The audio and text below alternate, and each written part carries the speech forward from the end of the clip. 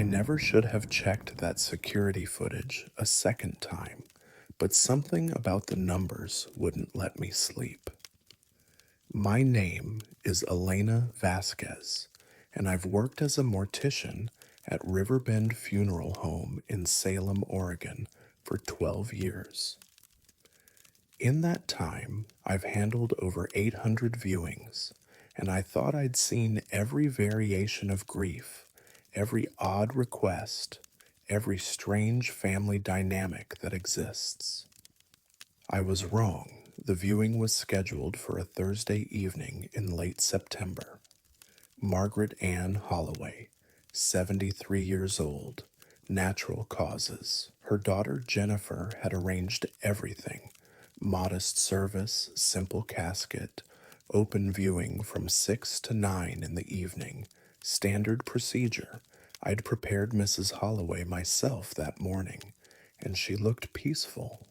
Her hair was done the way Jennifer had requested, silver curls framing a face that held no trace of her final illness. I worked the front desk that evening, signing people in, directing them to Chapel B. The routine is calming, in a way. You greet mourners, offer tissues, point them toward the guest book, and let grief move through your building like weather through an open window. By 8:30, the flow of visitors had slowed to nothing. I counted the signatures in the registry. 3 names: Jennifer Holloway, Marcus Holloway, and a friend of the family named Patricia Kern. A quiet viewing, but not unusual. Some people live private lives. At 9:15, I locked the front doors and began my closing rounds. Jennifer and her husband had already left, thanking me quietly on their way out. Chapel B was empty. I turned off the lights, checked the casket one final time. Mrs. Holloway's hands were still folded as I'd positioned them, and returned to my office to file the paperwork. That's when I noticed the discrepancy. Our security system logs every entry and exit. It's automatic, counting bodies through the door sensors. I pulled up the log for the evening, just standard practice before closing out the day. The system showed 4 people had entered the building between 6 and 8:47, but only 3 had exited. I stared at the screen: 4 in, 3 out. I checked the timestamp. The 4th entry was logged at 7:22. No corresponding exit. I told myself it was a glitch. The sensors malfunction sometimes, double counting someone who lingers in the doorway, but my hands were already pulling up the camera footage before I'd finished rationalizing. The recording showed Jennifer arriving first at 6:03, her husband following. Patricia Kern came at 6:38. At 7:22, the front door opened. A figure entered, tall, wearing a long dark coat and a headscarf that obscured most of their face. They moved slowly, deliberately, signing nothing at the front desk before walking directly toward Chapel B. I fast-forwarded. 7:30, 7:45, 8 o'clock. The figure never reappeared in the lobby.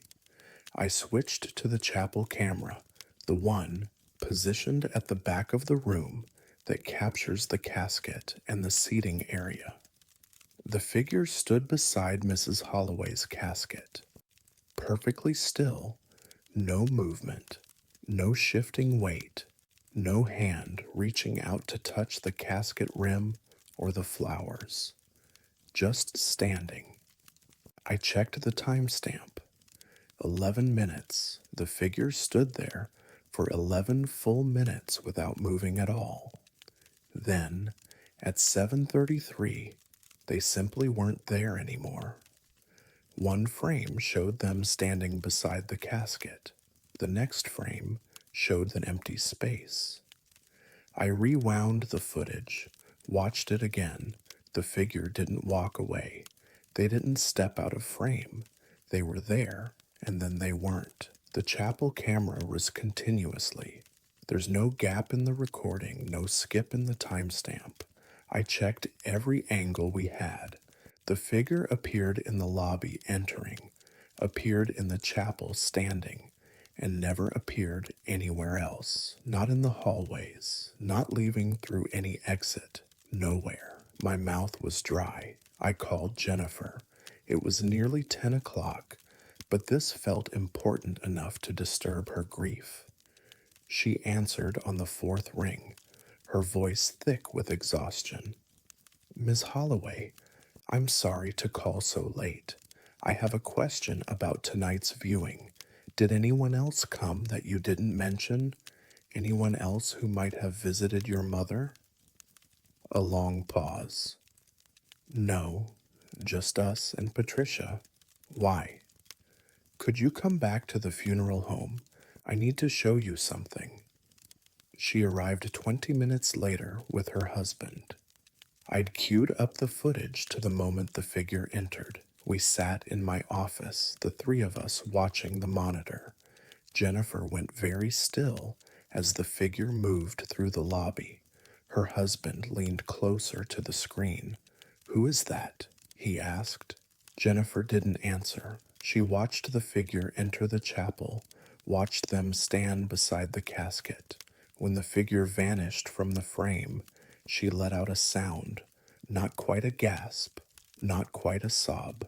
Jennifer, I said gently.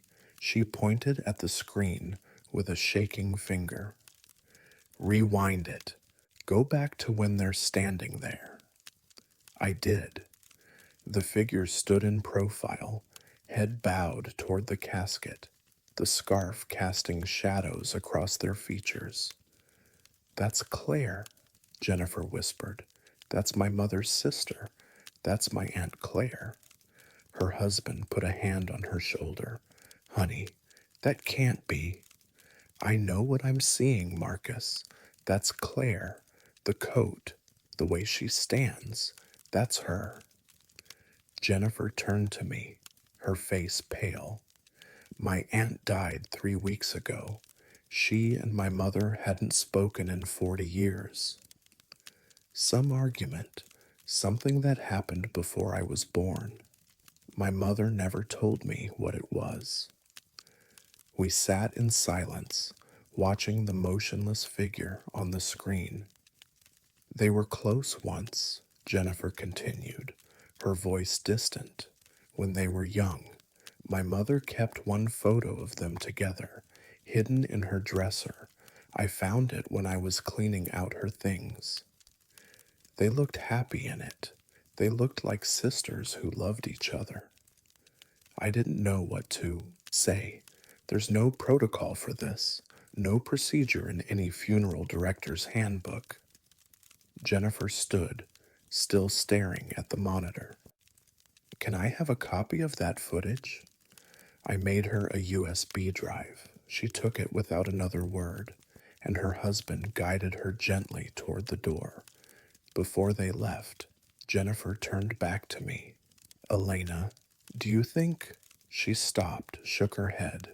Never mind. What were you going to ask?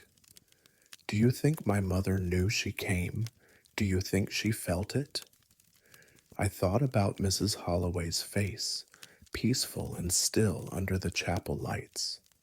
I thought about the figure standing there for 11 minutes, not moving, not speaking, just standing beside someone they'd lost long before death made it final. I think, I said carefully, that grief doesn't follow the rules we think it does. Jennifer nodded and left. I've watched that footage maybe a dozen times since that night. I've tried to convince myself it was a technical glitch, a double exposure, some artifact of the digital recording system. But I can't explain the figure's stillness. I can't explain how they left. Mostly, I can't explain the detail I noticed on my fifth viewing, the one I never told Jennifer about. In the final seconds before the figure vanished, if you look very closely at Mrs. Holloway's face on the screen, her expression changes. It's subtle, barely perceptible, but it's there. The corners of her mouth lift, just slightly, just enough to look like she's smiling at something only she can see.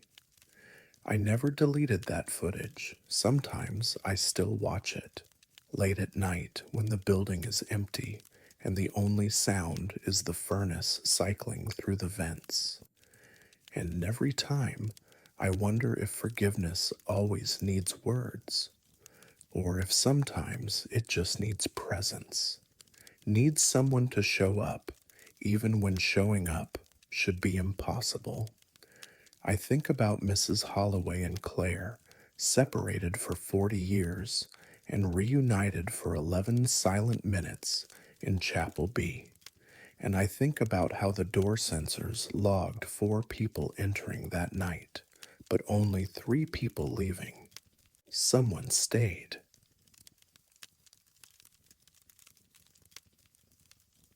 Every cemetery has graves that feel different, and I learned too late that some people choose where they rest for reasons the living can't understand.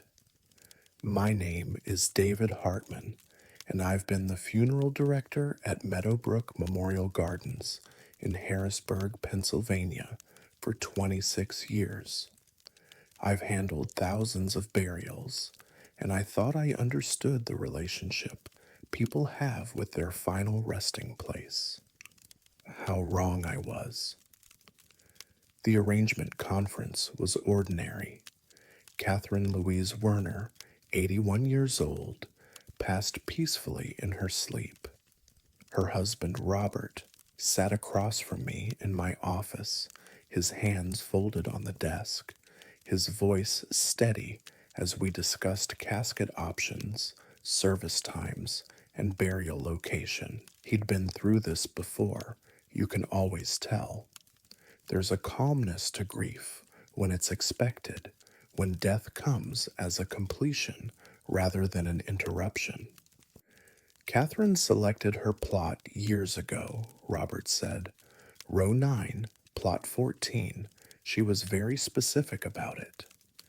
I made a note. Plot specificity wasn't unusual. Some people choose locations near family members, or under particular trees, or facing certain directions. Grief has its own geography. I'll verify the plot is available and prepared, I said. Robert nodded, then so quietly I almost missed it. He added, "She always said she'd wait there." I looked up. "I'm sorry." He met my eyes, and something in his expression made me uncomfortable. Not quite sadness, something older. Nothing, just something she used to say. The viewing was scheduled for Wednesday evening. I prepared Mrs. Werner myself, a small woman with silver hair and gentle features that held their kindness even in death. I dressed her in a blue dress Robert had selected, positioned her hands, made sure everything was perfect. Professional routine. I've done this so many times. The movements are almost meditative. During the viewing, Robert stood beside the casket for most of the evening. 40 or 50 people came through, friends, neighbors, a few distant relatives, standard service. But I noticed Robert's behavior. He didn't greet people. He didn't accept condolences. He just stood there, one hand resting on the casket's edge, staring at his wife's face with an expression I couldn't read. Not quite grief, something closer to relief. At one point, I approached to ask if he needed anything. She's home now, he said, still staring at Catherine. I'm sorry. She always said she'd wait there. Row 9, plot 14. She always said that's where she belonged. I didn't know how to respond, so I offered platitudes and moved away. People say strange things when they're grieving. You learn not to probe. The burial was Thursday morning. Cool October weather, leaves turning gold and red in the oak trees that line the cemetery rows. We gathered at row 9, plot 14, a decent location on a slight rise, surrounded by older graves from the 1940s and 50s. The service was brief. Robert stood silent throughout, his eyes fixed on the casket as we lowered it into the ground. After everyone left, I returned to my office to complete the paperwork. That's when the administrative inconsistency surfaced. I was updating our burial records, standard procedure, logging names, dates, plot numbers, when I noticed the plot location in our historical ledger. Row 9, plot 14 was already occupied. I stared at the entry. According to our records, that plot had been used in 1947. The name in the ledger was Thomas Werner, age 22, died April 9th, 1947. I cross-referenced the name. Thomas Werner, service member, buried with military honors. The plot had been purchased by his mother, Eleanor Werner, and he'd been interred there 76 years ago. But we just buried Catherine Werner in that exact location. I checked the plot map 3 times. Row 9, plot 14. The coordinates matched. I grabbed the cemetery survey records, the ones that show every grave location with measurements and GPS markers. Row 9, plot 14 showed a single burial. Thomas Werner, 1947. My hands were shaking. I called our groundskeeper, Frank, who'd been working here for 15 years. Frank, did you dig the grave for the Werner burial yesterday? Row 9, plot 14? Yeah. Why? Was there anything unusual about the plot? Any indication it had been used before? A pause. No. Ground was undisturbed. Normal depth, normal soil compaction, clean dig. I hung up. None of this made sense. I pulled Catherine Werner's pre-arrangement paperwork from her file.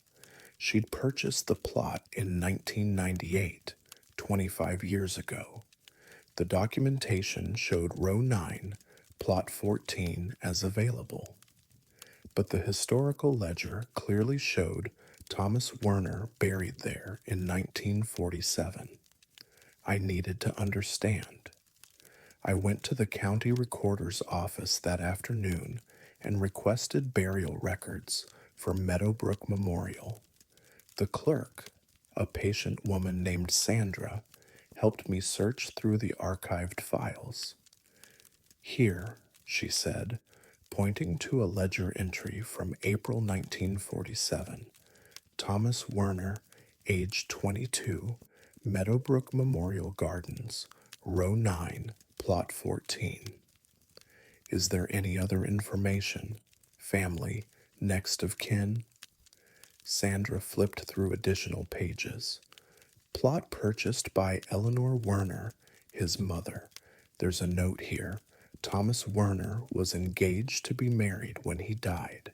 Fiancée's name was Catherine Louise Brennan. The room felt suddenly cold. Catherine Brennan, I repeated. Yes, says here she attended the burial service.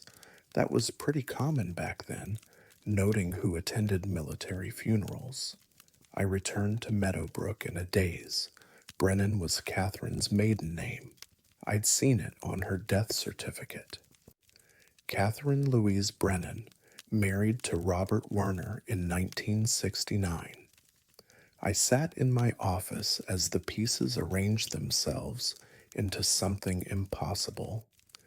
Catherine had been engaged to Thomas Werner in 1947. He'd died, been buried in row 9, plot 14. She'd attended his funeral. Then, 22 years later, she'd married a man named Robert Werner. Different Werner, no relation, according to the records. And 76 years after Thomas's burial, Catherine had selected the exact same plot for herself. I called Robert. I didn't know what I was going to say, but I needed to hear his voice, needed to understand. He answered on the second ring. Mr. Werner, this is David Hartman from Meadowbrook. I have a question about Catherine's plot selection. Did she ever mention why she chose row 9, plot 14 specifically? A long silence. Then, she never explained it to me. We married in 69. She was 43. I was 46. Neither of us had been married before. I always thought that was odd, you know. Beautiful woman like Catherine, never married, but she said she'd been waiting for the right time. Did she ever mention someone named Thomas Werner? Another silence, longer this time. Once, early in our marriage, I found a photograph in her dresser, a young man in uniform. When I asked about it, she said he was someone she'd known during the war. She wouldn't say more. I didn't push. We all have pasts. Mr. Werner, I need to tell you something about that plot. I explained what I'd found. The 1947 burial, the name, the engagement. Robert was quiet for a long time after I finished. Then he said, she knew. All these years, she knew he was there. It appears so. She waited, Robert said, his voice thick. 76 years she waited, and now she's there with him. I'm very sorry. I should have caught this earlier. There must have been an error in our... Don't apologize, Robert interrupted. She got what she wanted. She always said she'd wait there. I thought she meant wait for death, wait for rest. But she meant wait to be with him. She spent her whole life waiting, and now she's home. He hung up before I could respond. I've gone out to row 9, plot 14 a dozen times since then. I stand there, looking at Catherine's fresh headstone, and I think about what's beneath the ground. According to our records, Thomas Werner was buried at 6 feet. Catherine's casket was lowered to 4 feet, standard depth for a second burial in family plots, though we hadn't realized that's what it was. 2 people separated by 2 feet of earth and 76 years. I think about Catherine choosing row 9, plot 14 in 1998, 51 years after Thomas died. I think about her saying she'd wait there. I think about her marrying Robert in 69, building a life, growing old, all while knowing exactly where she'd end up. Last week, I was updating the plot records and noticed something I'd missed before. The plot purchase documentation from 1947 shows Eleanor Werner bought 2 plots. Row 9, plot 14, and row 9, plot 15. Side by side, one for her son, one for his fiancée. Catherine never used plot 15. She chose 14, the same plot. Frank asked me yesterday if we should correct the records. Note that it's a shared grave. I told him no. Some errors aren't worth correcting. Some choices aren't meant to be understood by people like us. I still think about Robert's words. She waited, and I wonder what kind of love makes you wait 76 years. What kind of promise makes you spend an entire lifetime moving toward a single point in the earth, a single plot of ground where someone is waiting? Row 9, plot 14. I walk past it every day now, and sometimes when the wind moves through the oak trees just right, I swear I can feel something there. Not grief, not exactly. Something quieter, something that feels like patience finally rewarded, like a promise finally kept. Catherine Louise Werner, finally home.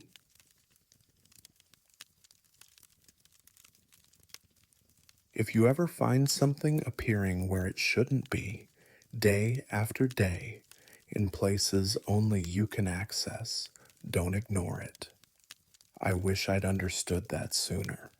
My name is Mira Chen, and I work as a funeral assistant at Whitmore and Sons Funeral Home in Burlington, Vermont. I've been here for 5 years, and my job involves the quiet, invisible work that makes viewings possible. I prepare caskets, arrange flowers, set up chapel seating, adjust lighting. I make sure everything is perfect before families arrive. It's meditative work, repetitive, calming, until it stopped being any of those things. The first flower appeared in early March.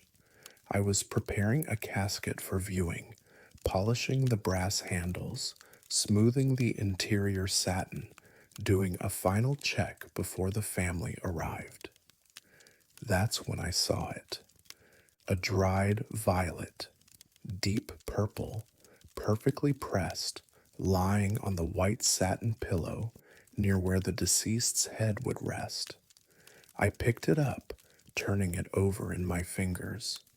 It looked old, the kind of fleur someone presses between book pages and forgets about for years. Delicate, fragile, beautiful in that haunting way dried flowers have, caught between life and decay. I assumed it had fallen from one of the standing arrangements nearby. I removed it, completed my setup, and thought nothing more about it. The second flower appeared 3 days later. Different casket, different viewing, different family. I opened the casket for final preparations, and there it was, another dried violet, positioned on the pillow in almost the exact same spot.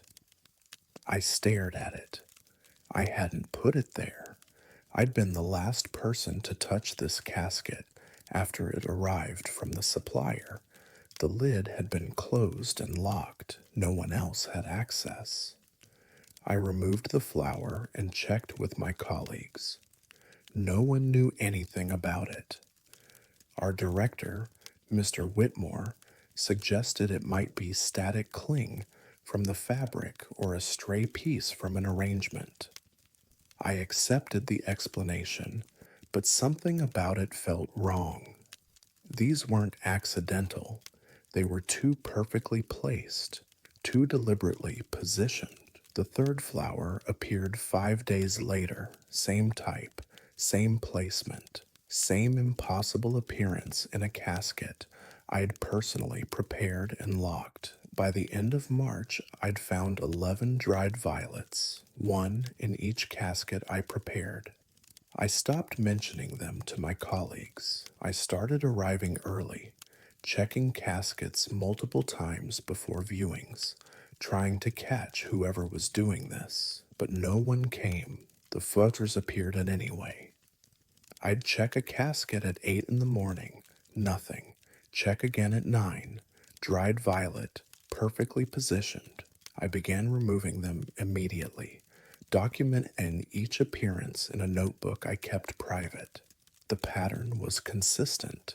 One violet per casket, always dried, always pressed flat, always positioned near the pillow, never on the deceased themselves, some boundary even this impossibility wouldn't cross, but always there, waiting. April brought 14 more.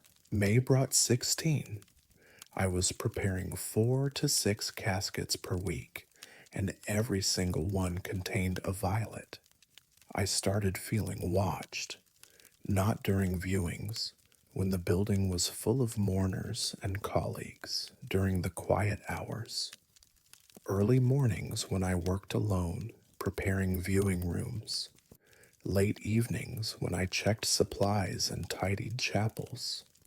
The feeling of eyes on my back. The certainty that someone was observing me, tracking my movements, knowing exactly which caskets I touched.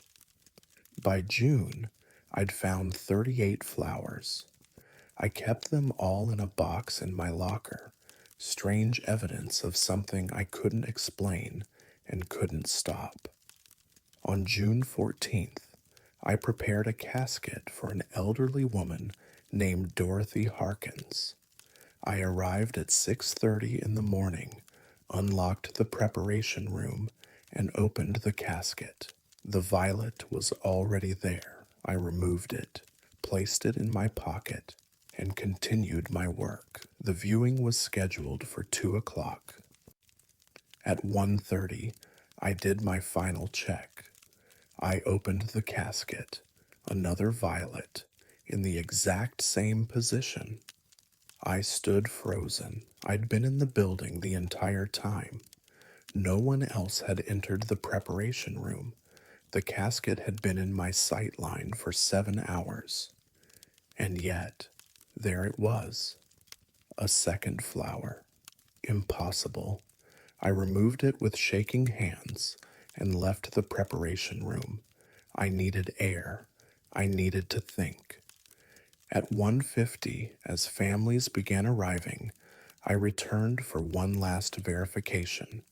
I opened the casket, a third violet, the same plusment, the same perfect, delicate, impossible flower. I broke. I removed it and carried it to Mr. Whitmore's office. "There's something wrong," I said, holding out the violet. "This keeps appearing. I don't know how. I don't know why, but it's been happening for months." Mr. Whitmore examined the flower. Then he looked at me with concern. "Mira, are you feeling all right? You've been working a lot of hours." "I'm not imagining this. I have 41 of these flowers in my locker. 41. One from every casket I've prepared since March." He suggested I take a few days off. I refused. I needed to understand. The viewing proceeded normally. Dorothy's family was small, 3 children, several grandchildren, a handful of friends. I stood at the back of the chapel, watching, waiting for something I couldn't name. At 3:15, an elderly woman entered alone. She moved slowly, using a wooden cane, her face deeply lined. She didn't sign the guest book. She didn't acknowledge anyone. She walked directly to the casket and stood there for several minutes, silent and still. Then she turned and walked toward me. My heart hammered. She stopped directly in front of me, so close I could smell lavender and old paper. Her eyes were pale blue, sharp and clear despite her age. "Tell her," the woman whispered. "I forgive her now." What? "Tell her I forgive her. She's been asking so long." The woman's hand touched mine, pressed something into my palm, and then she walked past me toward the exit. I looked down. In my hand was a dried violet. I tried to follow her, but she'd already disappeared into the foyer. I checked the guest book. No new signatures. I asked the receptionist if she'd seen an elderly woman with a cane. She hadn't. No one had. I returned to the chapel. Dorothy's daughter approached me, asking about burial arrangements. I answered automatically, my mind elsewhere. When the viewing ended and the family left, I opened the casket for one final check before transport. No violet. For the first time in 3 months, no flower. I went to my locker and opened the box where I kept the collected violets. 41 dried flowers, carefully arranged. I picked one up, studied it in the fluorescent light. They were all identical, same species, same color, same age. I took the box to the library that evening and showed the flowers to a botanist friend. She identified them immediately. African violets, pretty common houseplant, but these have been pressed and dried for decades. See the discoloration, the brittleness? These are at least 50, 60 years old. I asked if she could tell me anything else. She held one up to the light. This is the kind of flower you press when you're young, when you want to preserve something beautiful. People used to give violets as gifts. They mean faithfulness, remembrance. That night, I couldn't sleep. I thought about the elderly woman's words. Tell her I forgive her. She's been asking so long. The next morning, I searched Dorothy Harkin's obituary. It mentioned she'd been a school teacher for 43 years. Devoted to her students, never married, one line mentioned she'd maintained a garden her entire life, known locally for her violets. I returned to work that Monday. The next casket I prepared held no flower. Neither did the one after that, or the one after that. Whatever had been happening stopped completely after Dorothy's viewing. I still have the box of 41 violets in my apartment. Sometimes I open it and try to understand what they meant. Who had been asking for forgiveness through caskets and flowers? What transgression required 3 months of silent, persistent reminders? I think about the elderly woman's words. Tell her I forgive her now.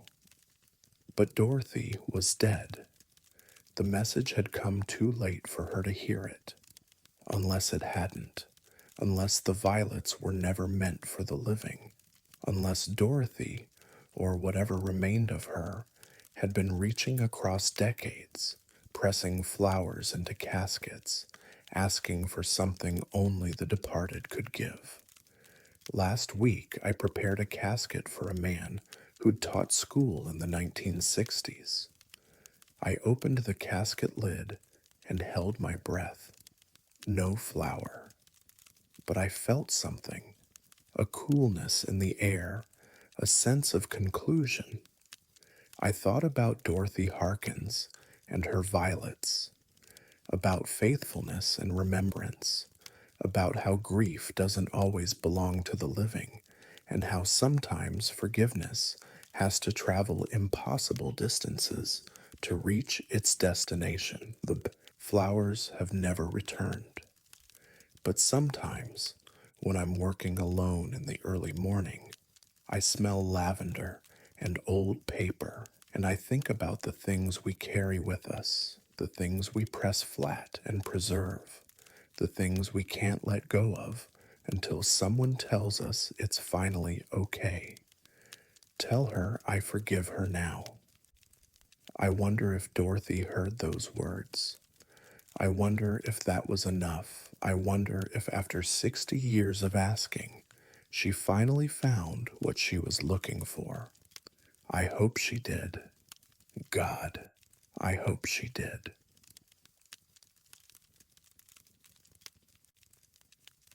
There are some family traditions you should never question, and I learned that lesson in 90 seconds of absolute silence.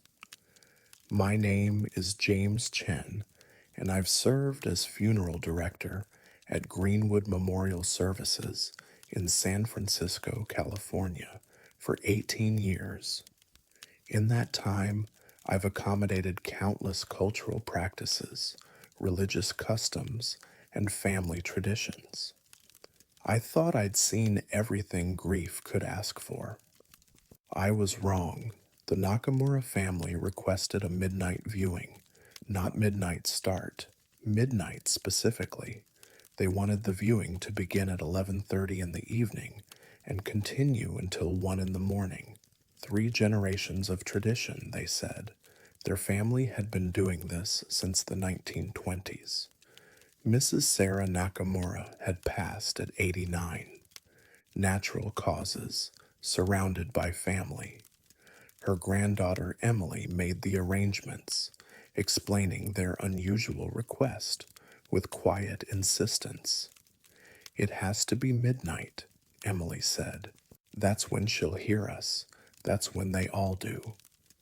I didn't ask what she meant. Funeral directors learn to nod and accommodate. We're facilitators of grief, not interrogators of tradition. If a family wants midnight, they get midnight.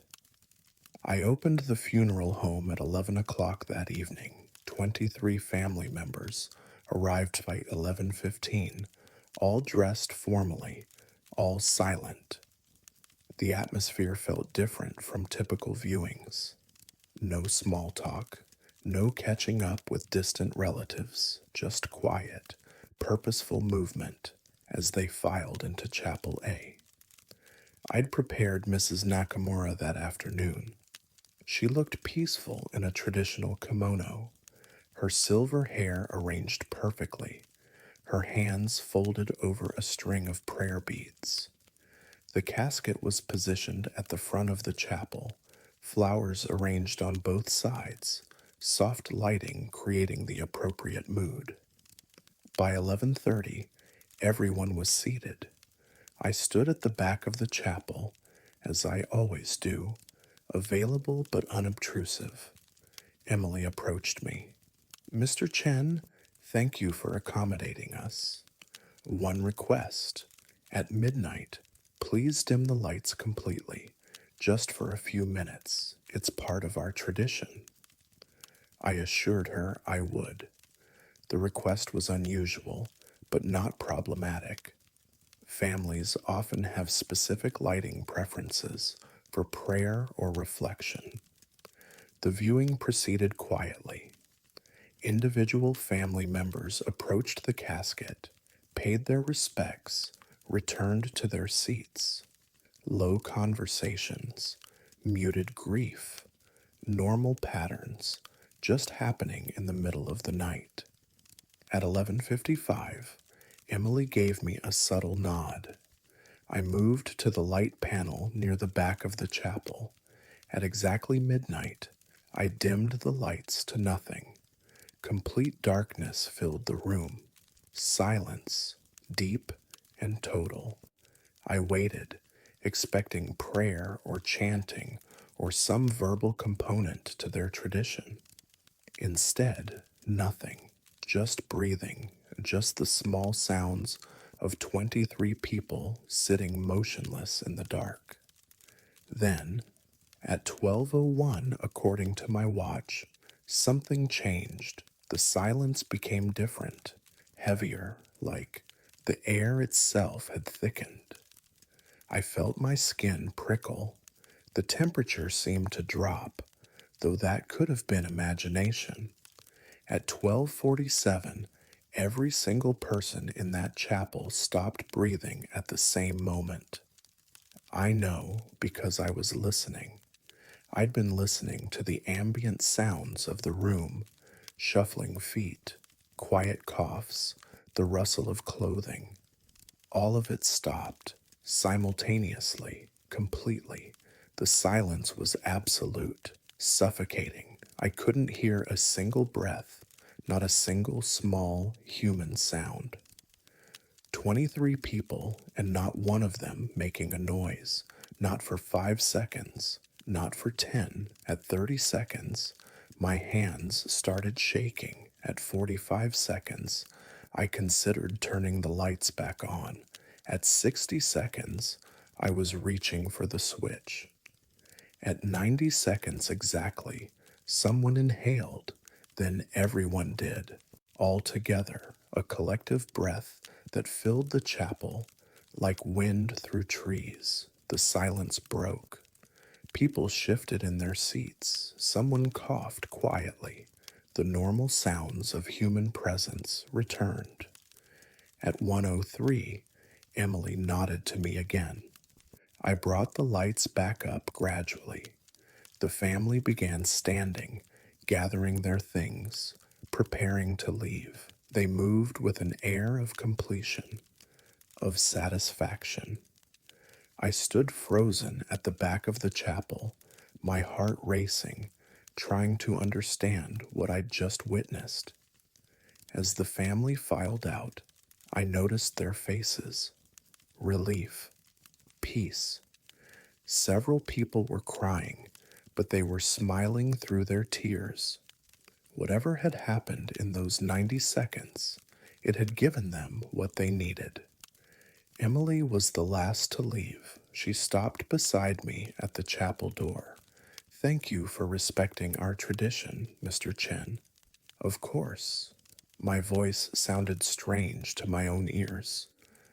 "Can I ask, what happened at 12:47? Everyone just stopped." Emily smiled, a sad, knowing smile. She was saying goodbye. They all heard her. "I don't understand." "At midnight, the boundary thins." That's what my grandmother always said. Between 12 and 1, those who've passed can reach us if we're quiet enough to listen. My great-grandmother started this tradition in 1923. Every Nakamura for 3 generations has had a midnight viewing, and every single time, at some point during that hour, everyone hears them, not with ears, with something deeper. I stared at her. "What do you hear?" "Different things." My father heard his mother telling him where she'd hidden his baby shoes. My cousin heard her grandfather reciting a poem he'd written for her. My aunt heard her grandmother humming. Everyone hears something different, something personal, something only they would know. "What did you hear tonight?" Emily's eyes filled with tears. "Grandmother told me she was proud of me.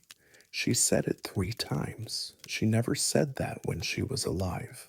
She wasn't that kind of woman, but tonight, in the silence, I heard her voice as clearly as I hear yours. 'I'm proud of you, Emily. I'm proud of you. I'm proud of you.' That's what I heard. And everyone heard something. Everyone. Uncle Ken heard her laughing. He said it was the laugh she had when he was a child, before she got sick. My mother heard her singing a lullaby. My brother heard her say his name. 23 people, 23 messages. That's why we keep the tradition. That's why it has to be midnight."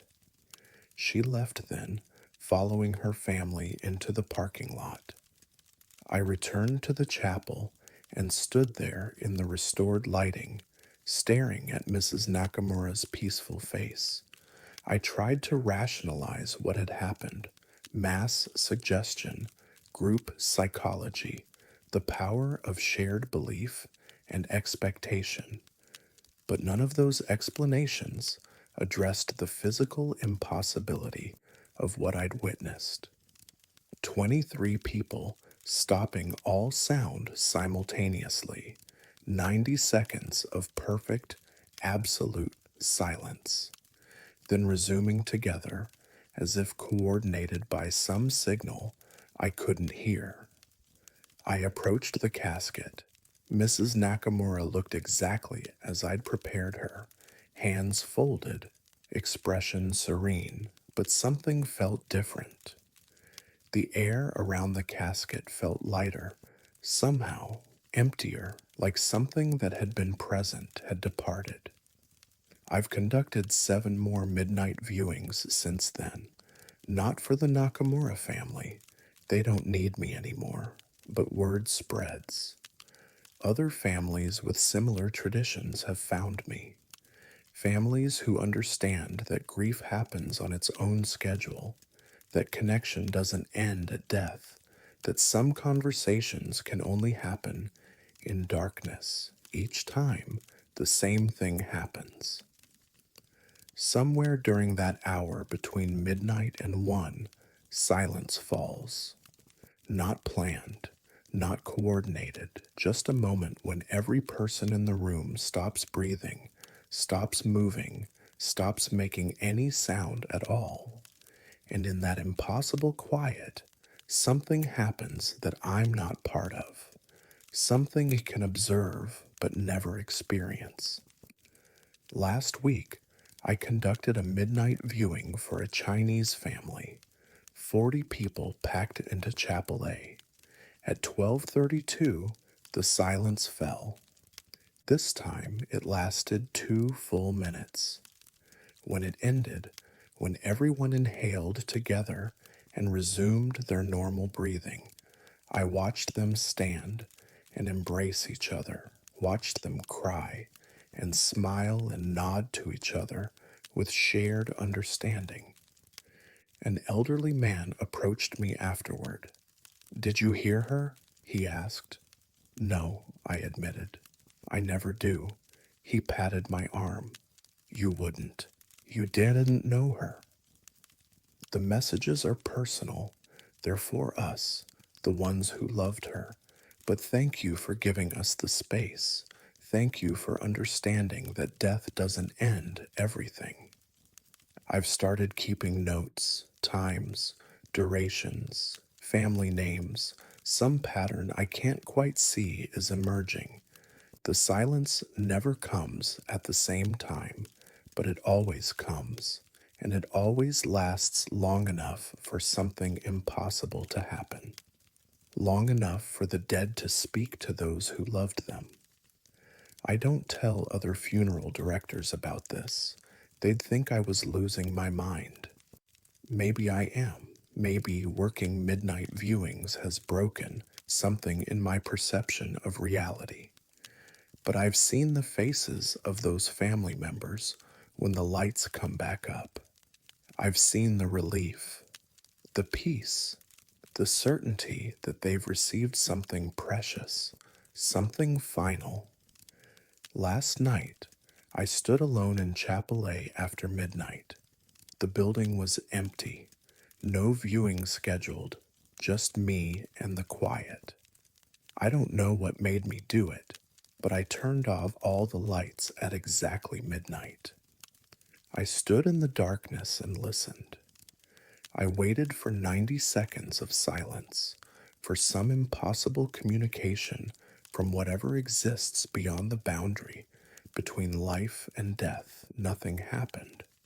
I heard my own breathing, my own heartbeat, the building's familiar creaks and groans. I'm not family. I'm not mourning. I'm just the facilitator, the one who opens the door and dims the lights and bears witness to traditions I'll never fully understand. But sometimes, late at night when I'm closing up, I think about Mrs. Nakamura saying, "I'm proud of you," 3 times in the dark.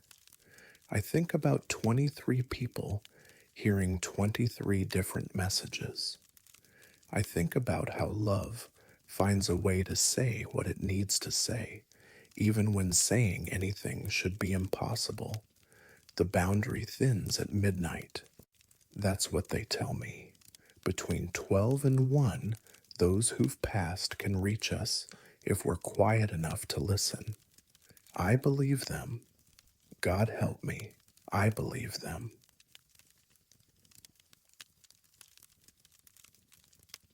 I've been an embalmer for 13 years, and I know how to close a dead person's eyes. I use glue, I use cotton, I follow protocols that have worked for over a century. The eyes stay closed. They always stay closed until Helen Morrison. My name is Jude Whitfield, and I work at Riverside Memorial Chapel in Portland, Maine. Embalming is precise work, scientific. There's no room for error, no space for uncertainty. You follow the steps, you get predictable results. That's what I've always believed. That's what made Helen Morrison impossible. She came to us on a Tuesday morning in late October, 76 years old, cardiac arrest, natural death. Her family wanted an open casket viewing, standard 3-hour service scheduled for Thursday evening. I began preparation work Tuesday afternoon. Helen Morrison was a small woman, thin, silver hair cut short, peaceful features, no unusual trauma or complications. A textbook case. I started the embalming process at 2 o'clock, working methodically through each step. Arterial injection, cavity treatment, facial positioning, everything by the book. The eyes are always the most important detail in an open casket viewing. People look at the face first, and nothing disturbs mourners more than improperly closed eyelids. I've perfected my technique over 13 years. I use surgical adhesive on the inside of the eyelids, position them carefully, apply a small amount of cotton underneath to prevent sinking, then seal them with an additional layer of adhesive. Once set, they don't move, ever. I completed Helen's eyes at 4:15 that afternoon. Perfect closure, smooth lids, natural appearance. I checked them 3 times before moving on to cosmetics and dressing. By 6 o'clock, she was ready. I positioned her in the casket, adjusted her hands, and closed the lid. Standard protocol. Everything exactly as it should be. The viewing was scheduled for Thursday from 6 to 9 in the evening. I arrived at 4:30 to do final checks and prepare the chapel. I opened Helen's casket at 5 o'clock for a last verification before the family arrived. Her left eye was open, not fully, maybe a quarter of the way, but definitely, unmistakably open. I stared at it. That doesn't happen. Adhesive doesn't fail. The technique I use has worked on hundreds of bodies. I touched her eyelid gently. The skin felt normal, cool. The adhesive should have held. I cleaned the area, reapplied adhesive, repositioned the lid, and applied additional pressure. I held it closed for 2 full minutes, ensuring a complete seal. When I released it, the eye stayed shut. Perfect closure again. I checked on her at 5:30. The eye was open again. Same quarter opening, same impossible failure of technique and adhesive and basic physics. My hands were shaking. I repeated the process. Fresh adhesive, better positioning, more pressure, 5 minutes of holding the lid in place while the adhesive set. This time I was certain. This time it would hold. At 5:45, I checked again. Open. The same exact degree of opening, like someone was measuring it, like something was deliberately, methodically opening that eye just enough to be noticed. I paged Mr. Riverside, the funeral director. He arrived at 5:50. I'm having an issue with the Morrison preparation, I said, trying to keep my voice steady. The left eyelid won't stay closed. He examined Helen's face. What's your adhesive strength? Medical grade. Same I always use. I've applied it 4 times now. It keeps opening. Mr. Riverside looked at me carefully. Jude, in 30 years, I've never seen an eyelid open after proper embalming. Are you sure you're using enough adhesive? I'm using triple my normal amount. It's not the adhesive. Something else is happening. He studied Helen's face for a long moment. Then he did something I've never seen him do before. He took a small sewing needle from his kit and placed a single stitch through the eyelid, anchoring it closed. A technique from older embalming practices, rarely used now. That will hold, he said. Family arrives in 40 minutes. Let's not mention this. The first mourners arrived at 6:15. Helen's daughter, Margaret, her son-in-law, several grandchildren. I stood at the back of the chapel, as always, available but unobtrusive. At 6:30, Margaret approached me. She was crying, but that was normal, expected. Excuse me, she said quietly. I don't want to be a bother, but my mother's left eye is open. My stomach dropped.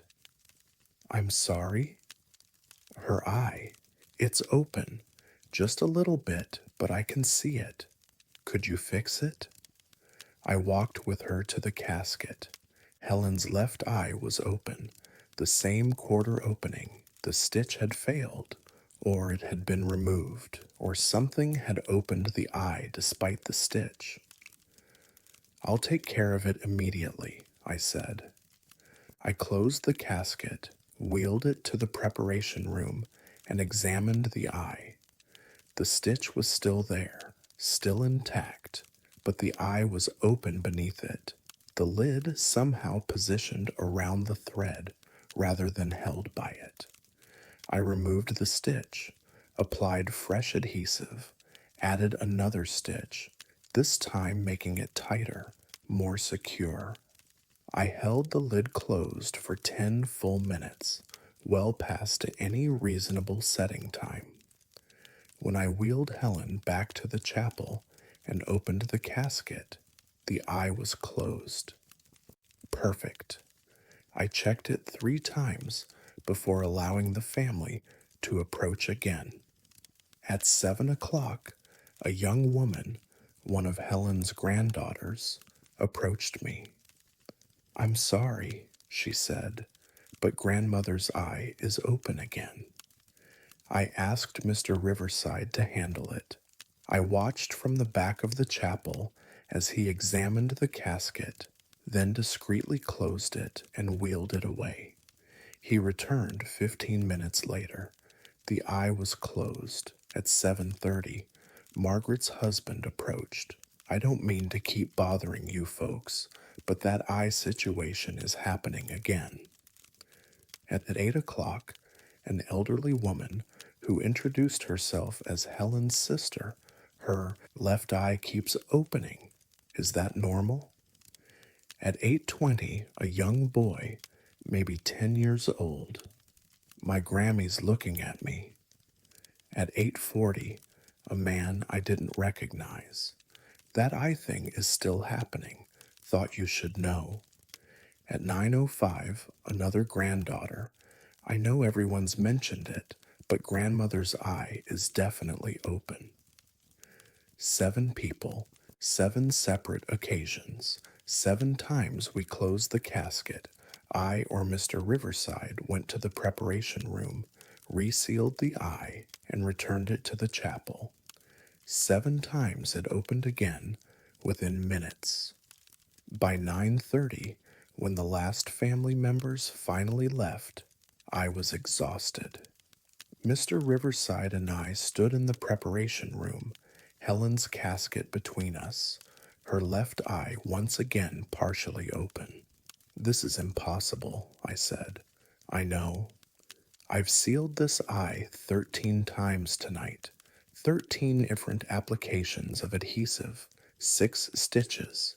I even tried super glue at one point. It keeps opening." Mr. Riverside touched Helen's face gently. "Did the family say anything about her? Any history that might be relevant?" Margaret mentioned her mother had been an artist, painted portraits. She said Helen always talked about seeing people, really seeing them, understanding them through their eyes. We stared at the half open eye. In the harsh fluorescent light of the preparation room, it almost looked like it was watching us. "The viewing is over," Mr. Riverside said finally. "Close the casket. We'll seal it before the burial tomorrow." I did. I sealed Helen Morrison's casket at 9:45 that night, locked the clasps, and wheeled it to cold storage. I didn't open it again. I couldn't. The burial was Friday morning, graveside service, no open casket. We transported Helen directly from our facility to Riverside Cemetery and lowered her into the ground without incident. But I kept the photographs. Our funeral photographer always takes memorial photos during viewings for families who request them. I asked him for the shots from Helen's service. There are 12 photographs spanning the 3-hour viewing. In every single one, Helen's left eye is visible, not just open, positioned differently in each photo. In the first photo, taken at 6:20, the eye is barely open. By the last photo, taken at 8:50, it's almost half open. The progression is clear, deliberate, like she was trying to see more, to see everything, to take in all the people who came to say goodbye. I showed the photos to Mr. Riverside. He studied them for a long time without speaking. 13 times, I said. I closed that eye 13 times. I used techniques that have never failed, and it kept opening. "Maybe she needed to see them," he said quietly. "The dead don't need anything. They're dead." He looked at me. "Are you certain about that?" "I've embalmed 73 bodies since Helen Morrison.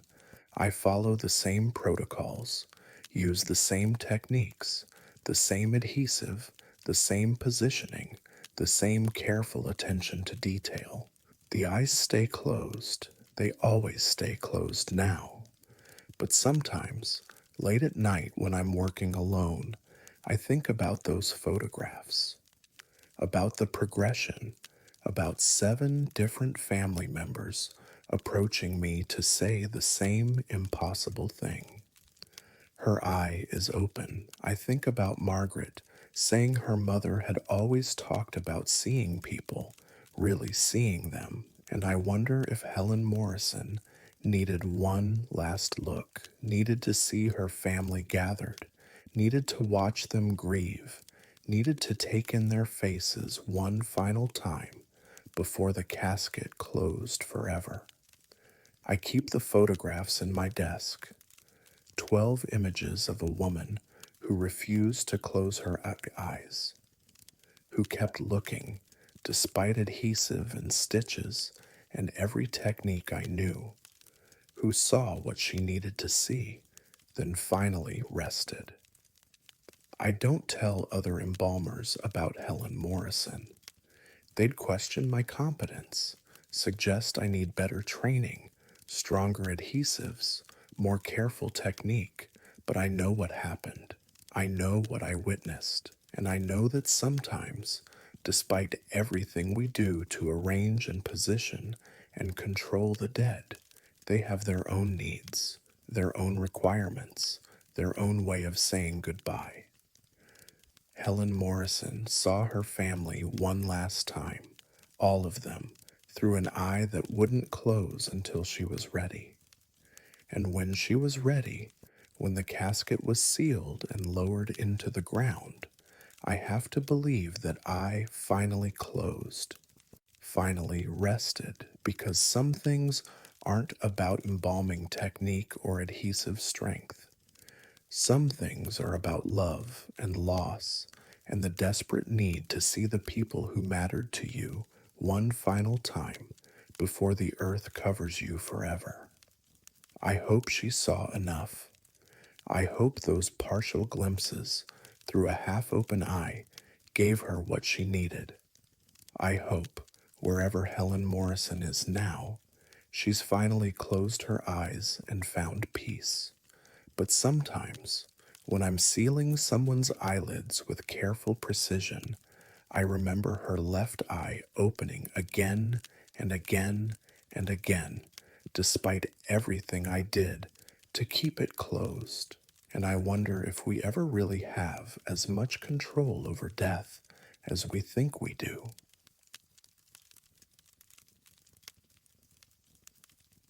I've worked with the dead long enough to know they don't surprise you anymore, but what you find beneath them, that's a different matter entirely.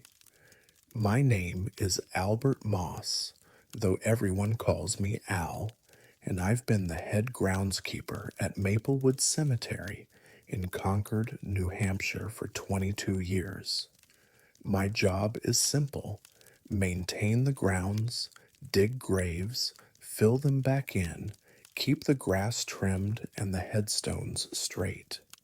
It's physical work, repetitive work, and I've always found peace in it. The dead don't complain, they don't make demands, they just rest, and I make sure their resting place stays dignified. Until the day I found Sarah. It was a cold morning in early November. Frost on the grass, that particular stillness that comes before winter fully settles in. I was preparing a grave in Section D, Row 12, Plot 8. Standard depth, 6 feet. The deceased was Dorothy Walsh, 84 years old, died peacefully, burial scheduled for 2 o'clock that afternoon. I started digging at 7 in the morning. The backhoe does most of the work, but you still need to be careful. Watch for tree roots, check the depth, make sure the walls are straight. Professional work. I've dug over 3,000 graves in my time here. This should have been number 3014. At 3 feet down, the backhoe bucket hit something solid. Not unusual, we get rocks, old tree stumps, occasionally construction debris from before the cemetery was established. I climbed down to check what was blocking progress. Metal. A flat metal surface, slightly corroded. I brushed away soil and realized I was looking at the top of a casket. A small casket. A child's casket. My hands stopped moving. I climbed out of the grave and checked my plot map. Section D, Row 12, Plot 8. According to cemetery records going back to 1896, when this section was opened, this plot had never been used. It was listed as available, which is why we'd sold it to the Walsh family. But there was definitely a casket 3 feet down, buried in a plot that officially didn't contain a burial. I called my supervisor, Frank Miller, who manages the cemetery office. He arrived 20 minutes later with the historical records. Al, you're absolutely certain about the location? Frank, I've worked here for 22 years. I know where I'm digging. We measured again. Section D, Row 12, Plot 8. No question. Frank flipped through the burial ledgers, going back decade by decade. 1896, 1900, 1910, no record of any burial in this plot, not a single entry. We need to excavate it, Frank said quietly. We need to know what this is before we put Mrs. Walsh on top of it. We called the funeral home and delayed the burial by 4 hours. Then Frank and I went back to the grave with hand tools. The backhoe was too risky. We needed to be careful with whatever was down there. It took 2 hours to fully expose the casket. Small, maybe 4 feet long, old style construction with decorative handles, heavily corroded. No nameplate visible. The metal was degraded enough that I could see it had been in the ground for a very long time, 50 years minimum, probably longer. We have to open it, Frank said. Are you serious? We need to identify who this is. We need to update our records. We can't just bury Mrs. Walsh on top of an unknown grave. I didn't want to open it. Something about the casket felt wrong. Not just its impossible presence in an officially empty plot, but something else. A heaviness in the air around it. A coldness that didn't match the November temperature. But Frank was right. We had to know. We worked carefully, using pry bars to loosen the corroded seal. The lid resisted, then gave way with a sound like tearing fabric. I lifted it slowly, bracing myself for the smell, for decomposition, for whatever remained after decades in the ground. The casket was empty, except for a single object. A small wooden box, maybe 6 inches square, resting where a child's head would have been positioned. The box was in remarkably good condition, considering its age. Dark wood, simple construction, no decorations. Frank reached for it. Wait, I said. Al, we need to see what's inside. He lifted the box carefully. It was lighter than expected. He opened the lid. Inside was a folded piece of paper and a small silver bracelet. The paper was yellowed but intact. Frank unfolded it carefully. The handwriting was old-fashioned, precise, done in faded ink. He read aloud. Finally going home to Sarah, let her know I waited. Let her know I never forgot. Eleanor Walsh, October 1952. We both went very still. Walsh, Frank said. Mrs. Dorothy Walsh, the woman we're burying today. I checked the burial documents. Dorothy Walsh had been born in 1939. In 1952, she would have been 13 years old.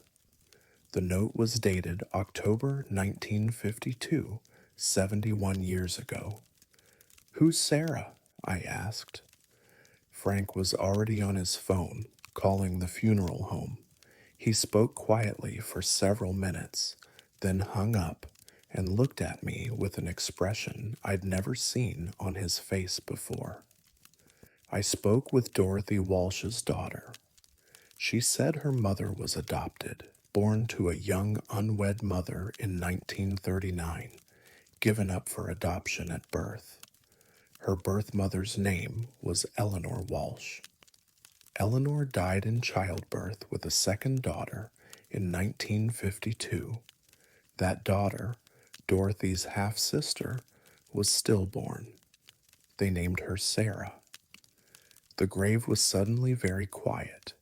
No wind, no birds, just Frank and me standing in a hole in the ground with an empty child's casket that shouldn't exist.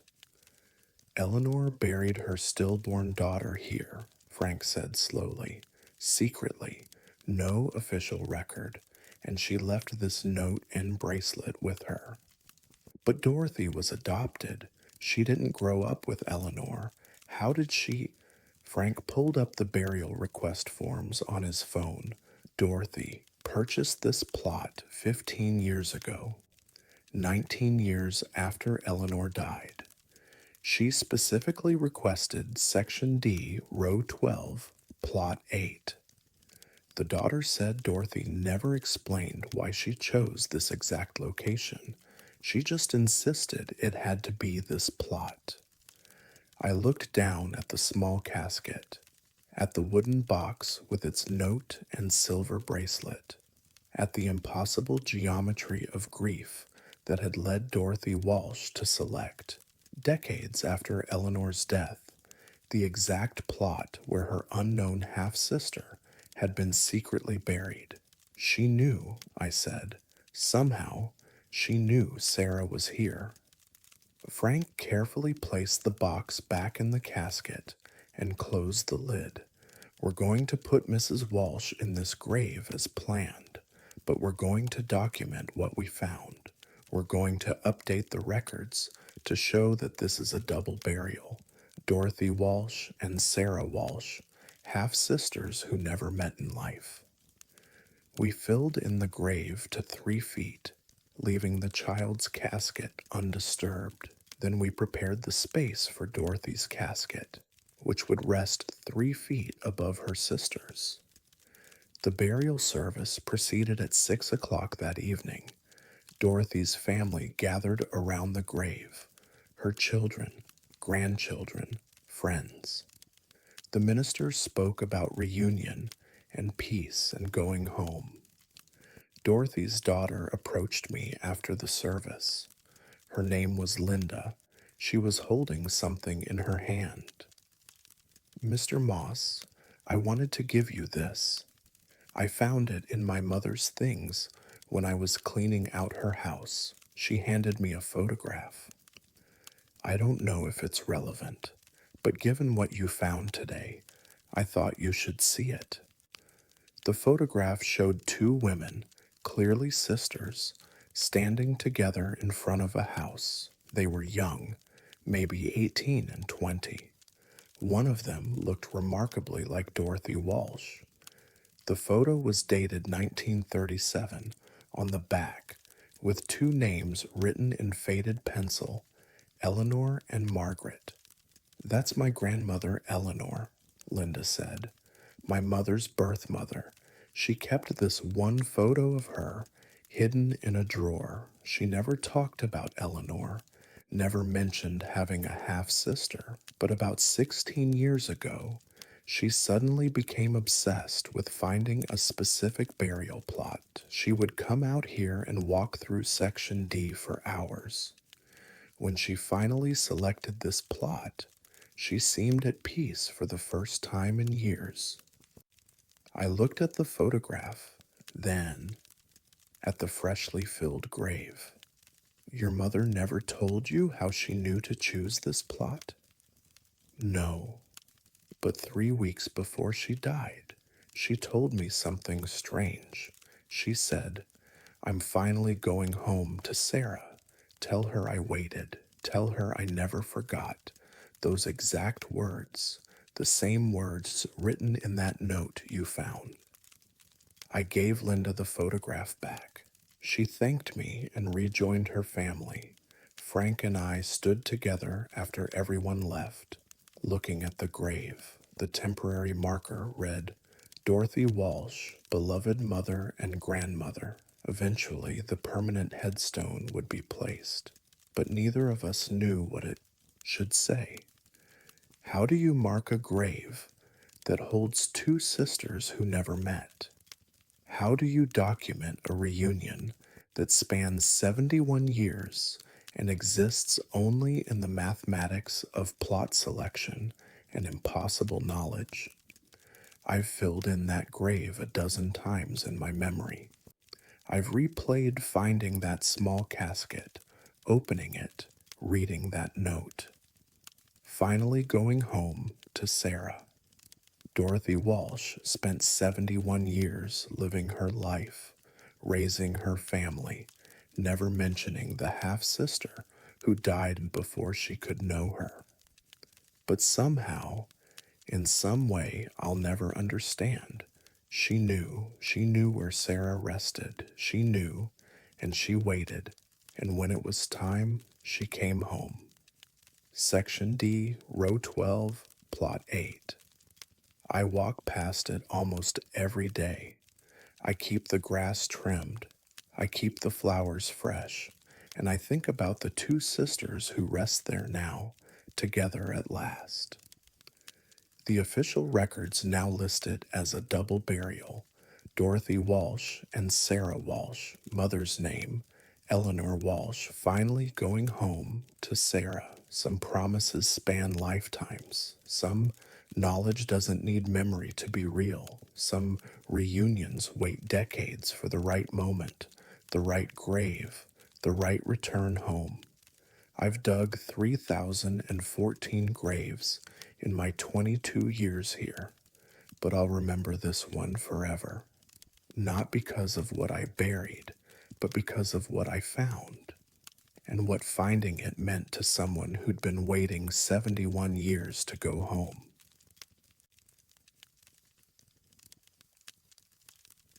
I thought I understood military honor until a dead man's promise came back to claim what was owed. My name is Marcus Reeves, and I've served as funeral director at Arlington Memorial Services in Arlington, Virginia for 19 years. I specialize in military funerals, veterans, active service members, families who've given everything to this country. I treat each service with the respect it deserves, following protocols that go back generations. I thought I knew every variation of military tradition. I was wrong. Colonel Raymond Mitchell came to us on a Wednesday in late September. 87 years old, Vietnam veteran, Purple Heart recipient. His service record was extensive: 3 tours, multiple commendations, honorable discharge in 1973. His daughter, Jessica, made the arrangements, and she had one specific request.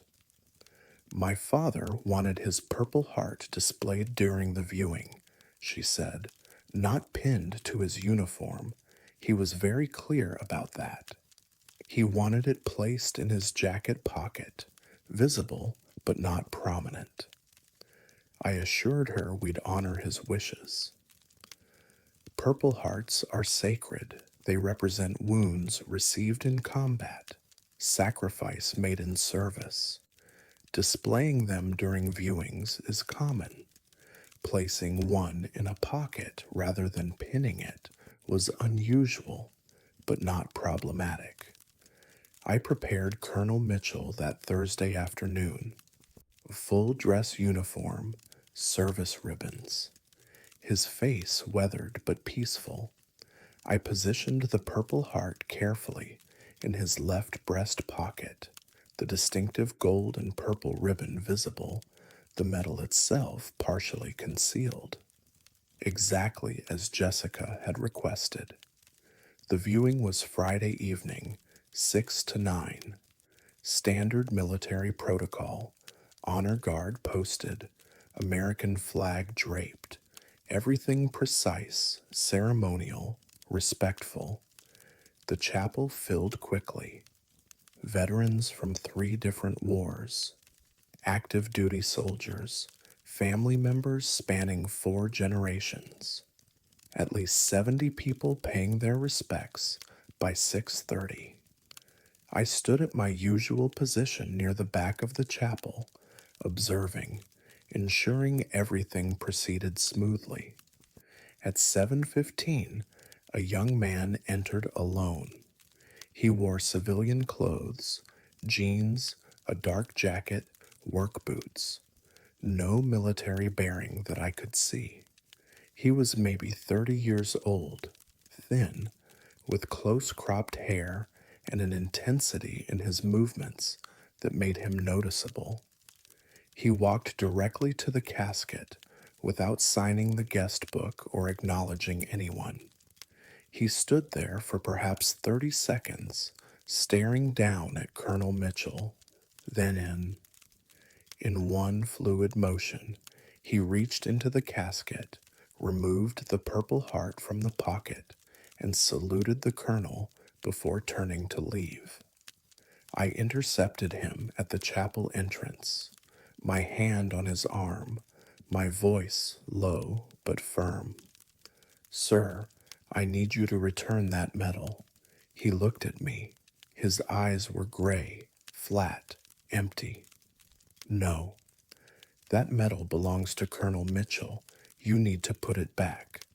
"He promised this to me 40 years ago," the man said quietly. "It's mine now." "I don't care what you think he promised. That's military property and family property. Return it, or I'm calling security." The young man studied me for a long moment. Then he reached into his jacket and pulled out a folded piece of paper. He handed it to me. "Read this, then decide if you want to call security." I unfolded the paper. It was a letter, typed on military stationery, dated July 14th, 1983. The letterhead read, "Captain Raymond Mitchell." The letter was addressed to Specialist David Chen, 3rd Battalion. I read it quickly. "Dave, if you're reading this, something has happened to me. I want you to have my Purple Heart. Not because I don't value it, but because you earned it more than I did. What happened that day in the jungle? You saved 6 men. You should have received recognition.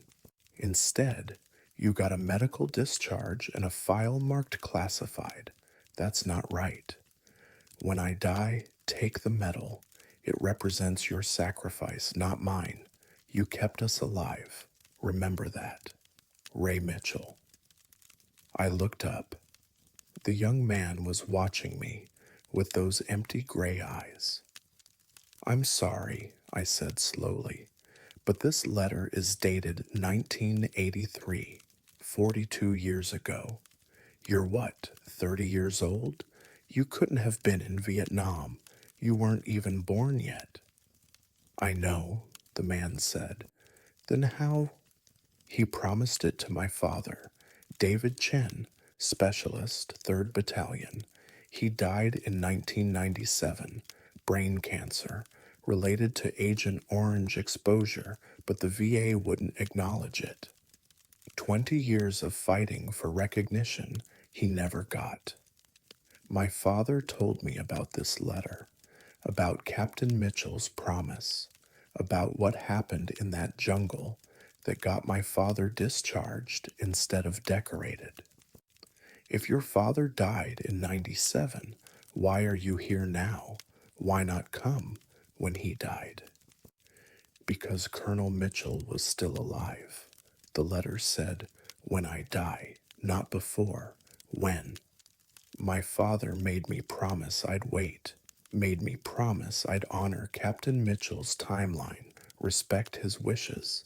So I waited 27 years, and now I'm here to collect what my father was owed." I looked at the letter again, at the signature, at the date, at the words that seemed to carry weight beyond their ink. "I need to verify this with the family," I said.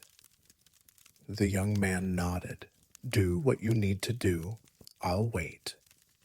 I found Jessica in the chapel, speaking quietly with other family members. I drew her aside and showed her the letter.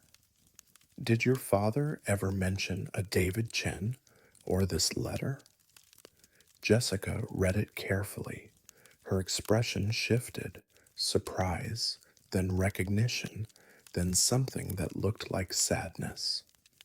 "Yes," she said quietly. "Dad mentioned him once, maybe 10 years ago. We were talking about his medals, and he said his Purple Heart should have gone to someone else. Someone who saved his unit but never got recognition. He wouldn't elaborate, said it was classified, said it was a debt he could never repay." The man who has the medal right now, he claims to be David Chen's son. He has this letter as proof that your father wanted him to have it. Jessica looked toward the chapel entrance, where the young man waited. Is he wearing it? Is he displaying it as his own? No, he just took it. He hasn't put it on. She was quiet for a long moment. My father left instructions, very specific instructions about his burial. One of them was that if a man named David Chen or anyone representing him showed up and claimed the Purple Heart, we should let him have it. I thought it was strange. Dad had been dead 3 days before we found that instruction. It was in a sealed envelope marked urgent, but there was no David Chen listed in his address book, no contact information. We didn't know how to reach him. So this is legitimate. Your father actually wanted this? According to his written instructions, yes. If someone claims the medal and can prove a connection to David Chen, they get it. No questions. Those were his exact words. I returned to the young man. He hadn't moved from his position near the entrance. The family confirms your father's connection to Colonel Mitchell. They have instructions authorizing this transfer. The medal is yours. He nodded once. Then he pulled a small jewelry box from his pocket, placed the Purple Heart carefully inside, and tucked it back into his jacket. Thank you, and tell the family thank you. This doesn't change what happened. It doesn't fix what the military did to my father, but it acknowledges truth. That matters. Can I ask what happened? What did your father do? The young man looked past me toward the casket where Colonel Mitchell lay in full dress uniform. 1983, classified mission near the Cambodian border. Captain Mitchell's unit walked into an ambush. My father saw it developing before anyone else did. He charged the enemy position alone, drew their fire, gave the unit time to establish defensive positions. He took 3 bullets. One shattered his hip, one punctured his lung, one grazed his skull, caused permanent neurological damage. He survived, but he was never the same, medically discharged 6 months later. No Purple Heart, because officially he wasn't wounded in combat. The mission didn't exist. No recognition, because acknowledging him would mean acknowledging the mission. He spent the rest of his life working construction with a limp and headaches that never stopped, watching men who'd done less receive more. And Captain Mitchell wanted to correct that in the only way he could. This medal, he touched his jacket pocket. It's not just metal and ribbon, it's acknowledgement. It's someone saying, you mattered. What you did mattered. I witnessed it, and I'm making sure someone knows. That's what my father needed, what he never got while he was alive. But at least now, 42 years later, someone in the Mitchell family will know a man named David Chen saved their father's life and got nothing for it except pain and obscurity. He saluted me, a crisp military salute, and walked out of the chapel. I stood there, holding the letter, watching him disappear into the parking lot. Jessica approached. Did he take it? Yes. Good. Dad would have wanted that. She paused. Did he say anything about what happened? About why Dad felt he owed that debt? I told her what the young man had shared about the ambush, about the sacrifice, about David Chen's wounds and discharge and decades of pain without recognition. Jessica was crying by the time I finished.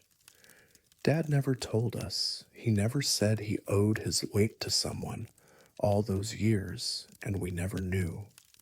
The viewing continued until 9.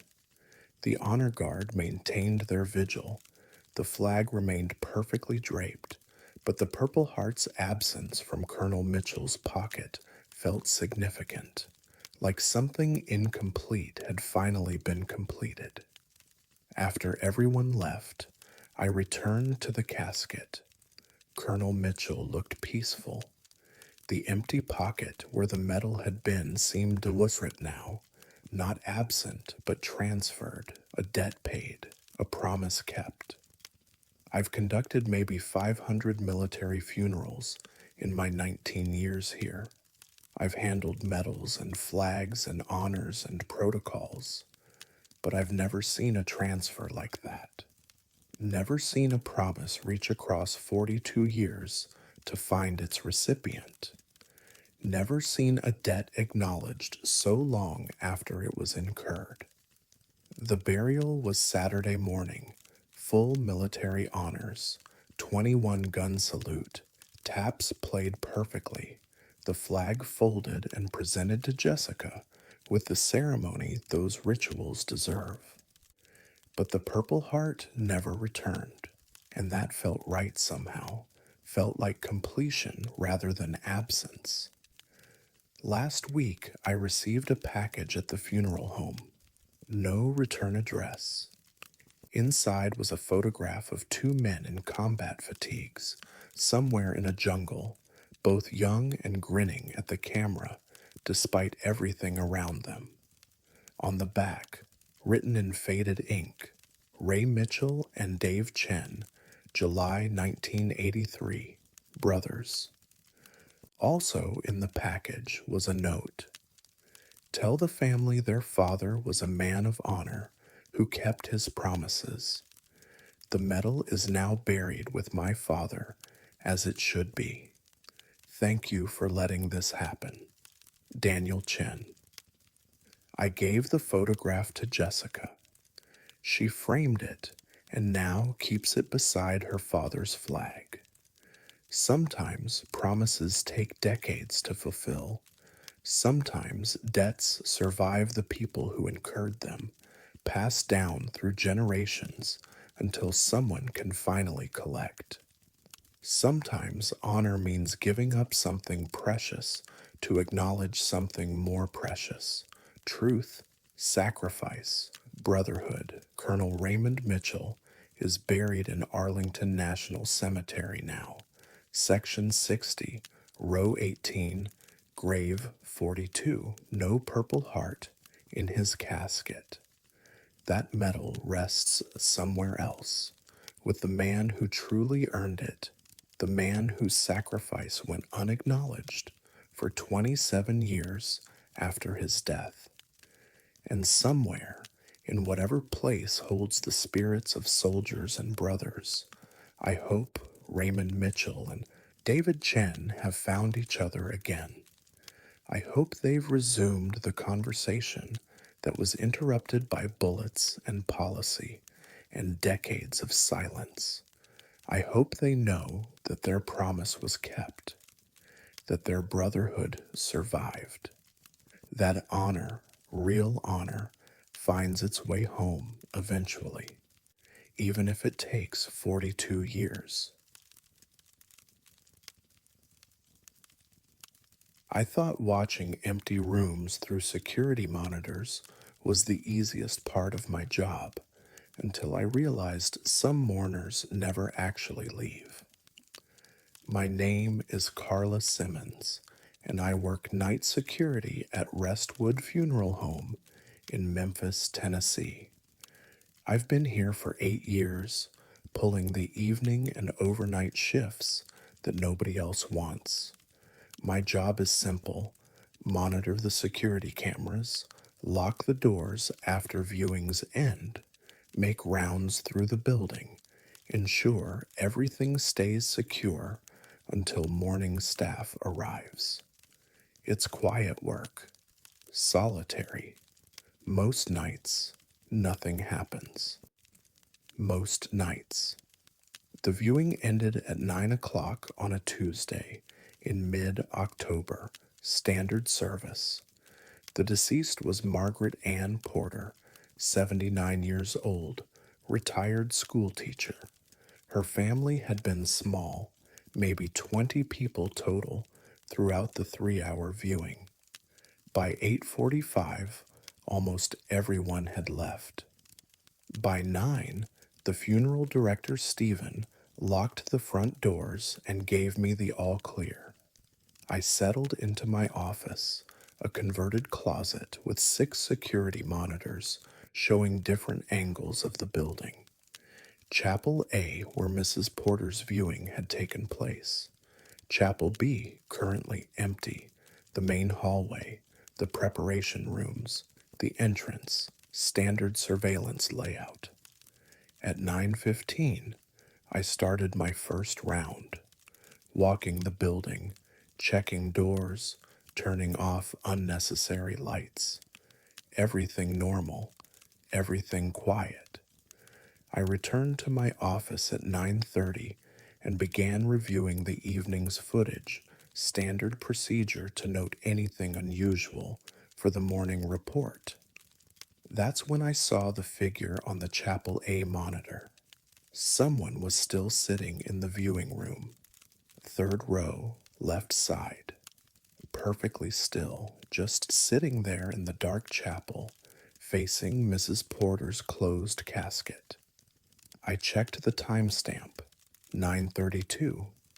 The viewing had ended over 30 minutes ago. Stephen had checked the chapel before locking up. He would have noticed someone still inside. I pulled up the recorded footage from 9 o'clock. Stephen entered Chapel A, looked around, checked the casket, turned off most of the lights, and left. The camera showed empty rows of chairs. No one sitting in the third row, no one anywhere in the room. I fast forwarded slowly through the footage. 9:05. Empty room. 9:10.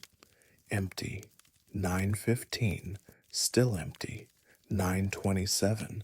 Still nothing. 9:28. The figure was there, sitting, no movement preceding the appearance.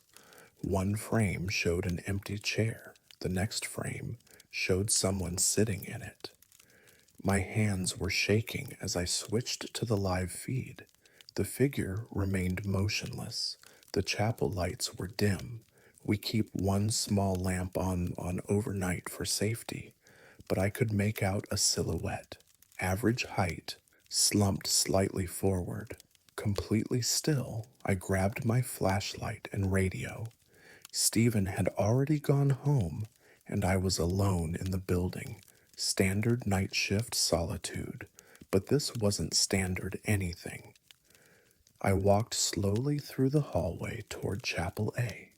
The door was closed but unlocked. We never lock internal doors overnight in case of emergency. I pushed it open gently. The chapel was silent.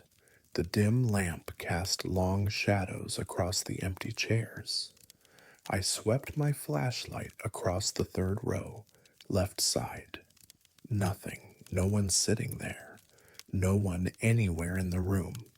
I checked every row, behind the casket, behind the organ, every possible hiding place. Empty, completely empty.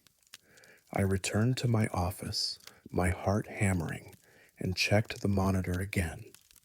The figure was still there, sitting in the exact same position, same third row, left side, same slumped posture. I was looking at 2 different realities. The monitor showed someone sitting in that chapel. My own eyes, standing in that same chapel 60 seconds earlier, had seen nothing. I tried the radio, calling Stephen's cell phone. No answer. He was probably home already, wouldn't answer work calls during off hours. I thought about calling the police, And telling them what? That my security camera showed someone who wasn't actually there? I decided to watch, to see what happened, to document whatever this was. For the next 2 hours, the figure didn't move, not once. Perfect stillness, no shifting position, no adjusting posture, just sitting, facing the casket, completely motionless in a chair that was empty when I looked at it directly. At 11:30, I made another round through the building. When I entered Chapel A, I stood in the third row, directly in front of the chair where the figure appeared on the monitor. I turned on my flashlight and examined the seat. The cushion was compressed, as if someone had been sitting there, as if weight had been applied to it. But the chapel was empty. I touched the cushion. It was warm, body temperature warm, like someone had just stood up and walked away. I ran back to my office. The monitor showed the figure still sitting, still there, still motionless, but the chair I'd just touched was empty and warm and compressed, like someone had been using it for hours. At midnight, I called my supervisor, Rita. She didn't answer either. No one answers calls during the night shift unless it's an absolute emergency, and I couldn't articulate why this felt like an emergency. What was I supposed to say? Something is sitting in a chair that's also empty? I pulled up footage from earlier in the evening. During the actual viewing, I searched for anyone who'd sat in that particular chair. Third row, left side. At 6:43, an elderly man sat down there. He remained seated for 11 minutes, never approaching the casket, never speaking to anyone, just sitting, staring at Mrs. Porter's closed casket with an expression I couldn't quite read on the grainy footage.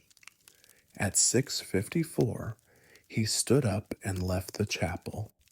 I enhanced the image as much as our basic security system allowed. The man was thin, maybe 75 years old, wearing a dark suit.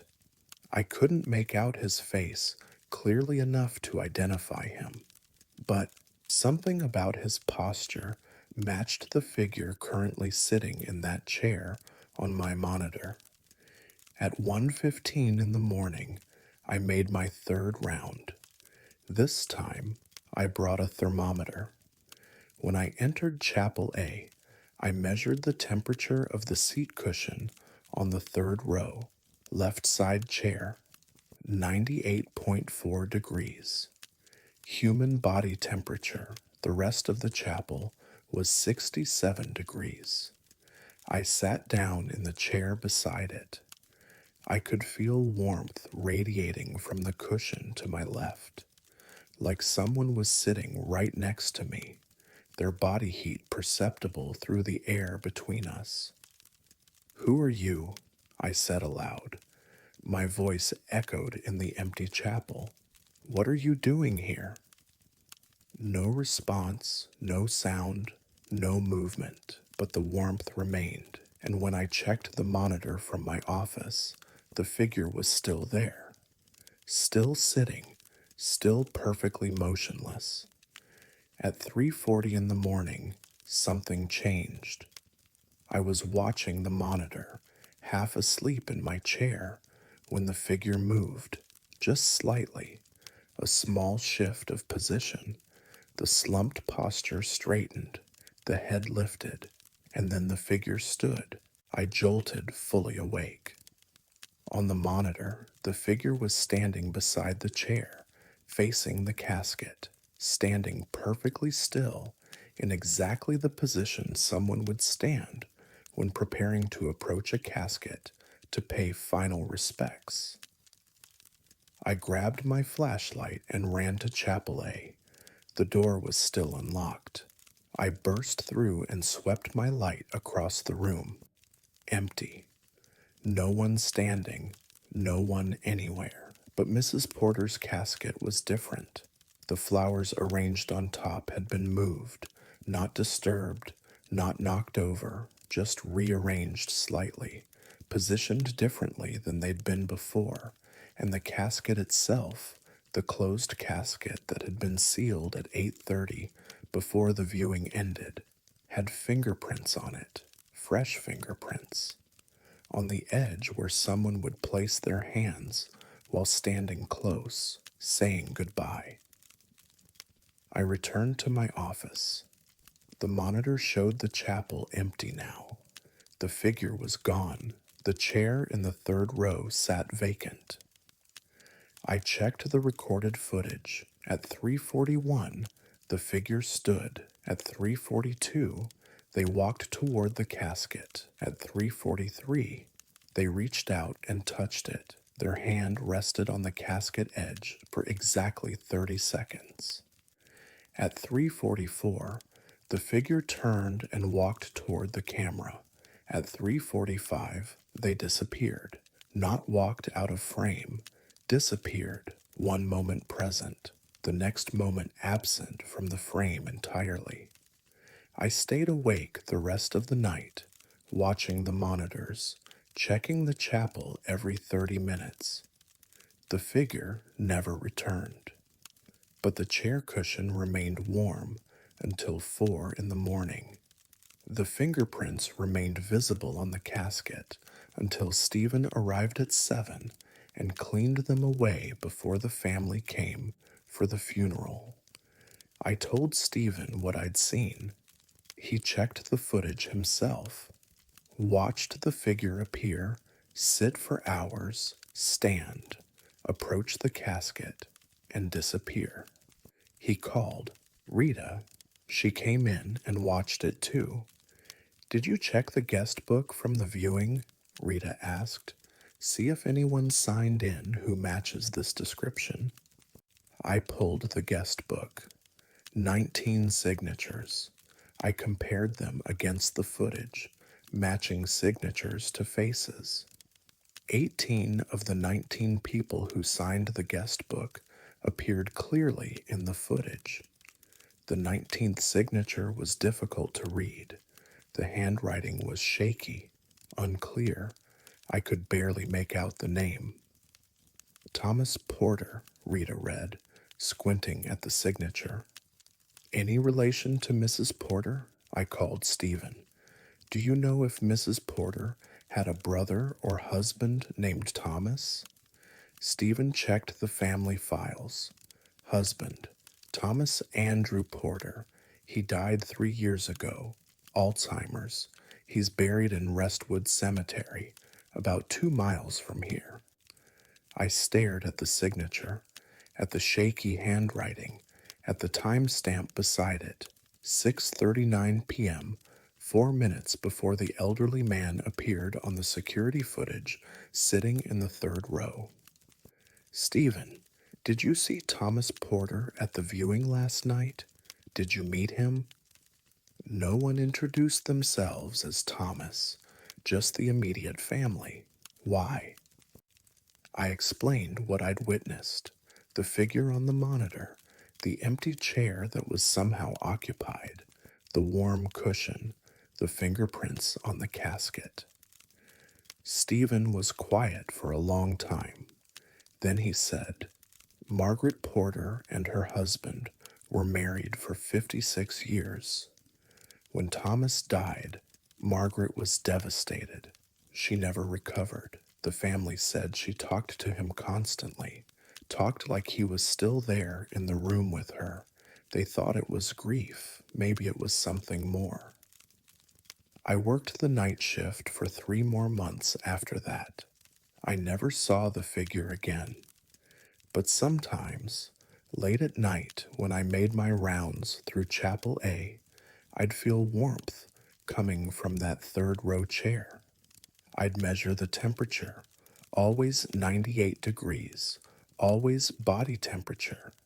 I quit in January. I told Rita I was moving to a different city, Different state, different job entirely. She understood. She'd watched that footage. She knew what I'd seen. But before I left, I did one last thing. I pulled the security footage from every viewing we'd held in Chapel A over the previous 2 years. I searched for the same anomaly, the same impossible presence. I found it in 11 different recordings, 11 viewings where someone appeared on the monitor who wasn't visible in person. Different people, different deceased, but always the same pattern. Someone sitting in the third row, left side, someone staying after everyone else left, someone approaching the casket in the early morning hours when the building should be empty, someone saying goodbye when goodbye should be impossible. I gave Rita my findings. She archived them without comment. The funeral home still uses those monitors, still records every viewing, still captures images of things that shouldn't exist. But they stopped assigning lone security guards to overnight shifts. Now they work in pairs. Two sets of eyes to witness the impossible, two people to confirm what the monitors show. I work retail now. Day shifts, surrounded by people. I never watch security footage anymore. But sometimes, late at night, I think about that chair, about the warmth that radiated from an empty seat, about Thomas Porter sitting motionless for hours, waiting for the living to leave so he could finally approach his wife's casket without interference. I think about love that survives death, about loyalty that transcends the boundaries we think separate the living from the dead, about the desperate need to say goodbye one more time, even when goodbye should be impossible. And I think about Mrs. Porter's hand, the hand that, when I examined the casket at 3:45 in the morning, had shifted position slightly, as if someone had been holding it, as if someone had spent those final hours before burial giving her the comfort she'd needed since Thomas died 3 years earlier. Some goodbyes take years. Some connections survive everything. Some mourners never leave, because leaving would mean accepting something they'll never accept. That death is the end. Maybe it's not.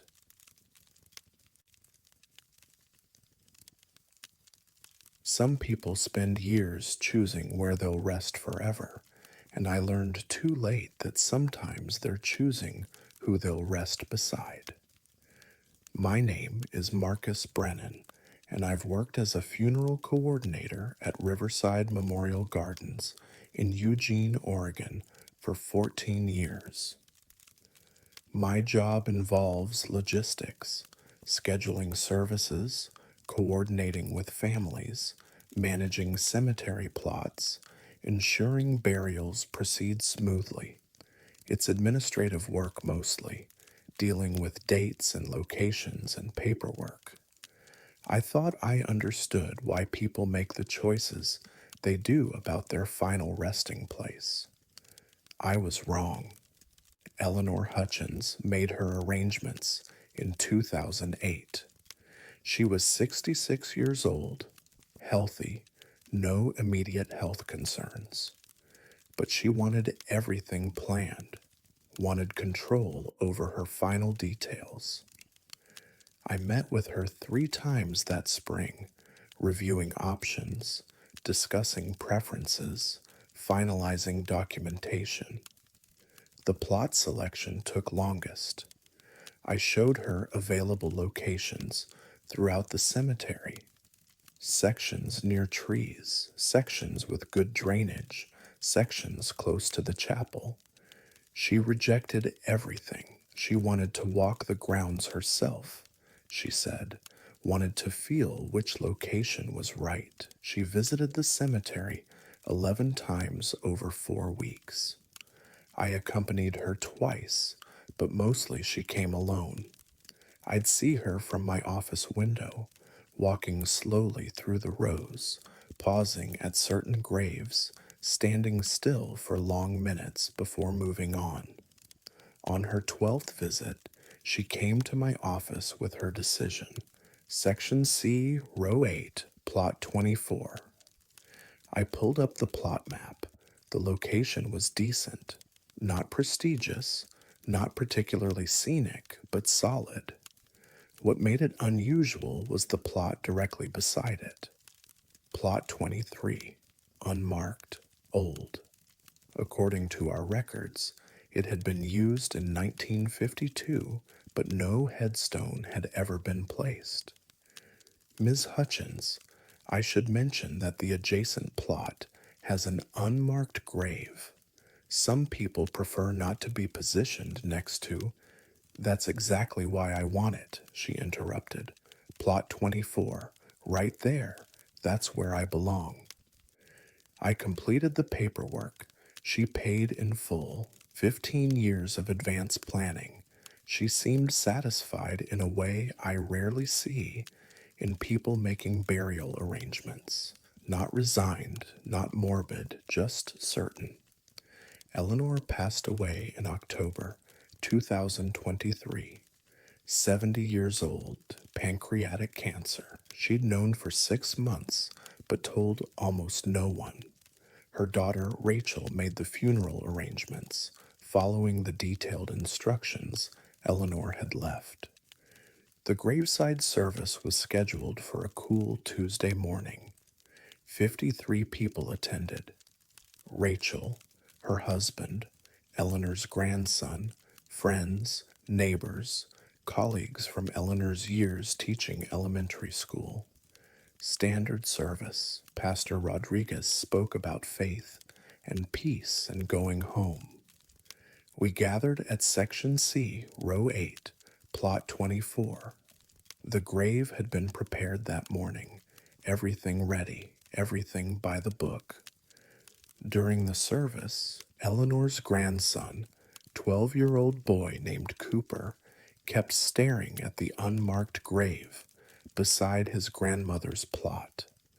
Finally, during a pause in the pastor's remarks, Cooper asked loudly, "Why did Grammy choose to be buried next to that empty grave?"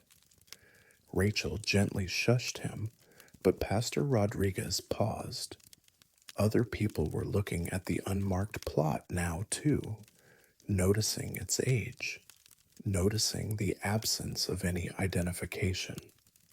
After the service, as people dispersed, Rachel approached me. "Marcus, Cooper's question. I've been wondering the same thing. My mother was very specific about this location. She selected it 15 years ago, but she never explained why. Do you know anything about who's buried in Plot 23? I pulled up the records on my tablet. The burial was in 1952. No headstone ordered, no maintenance records, just a name in the cemetery ledger. Sarah Hutchins, infant. No other details.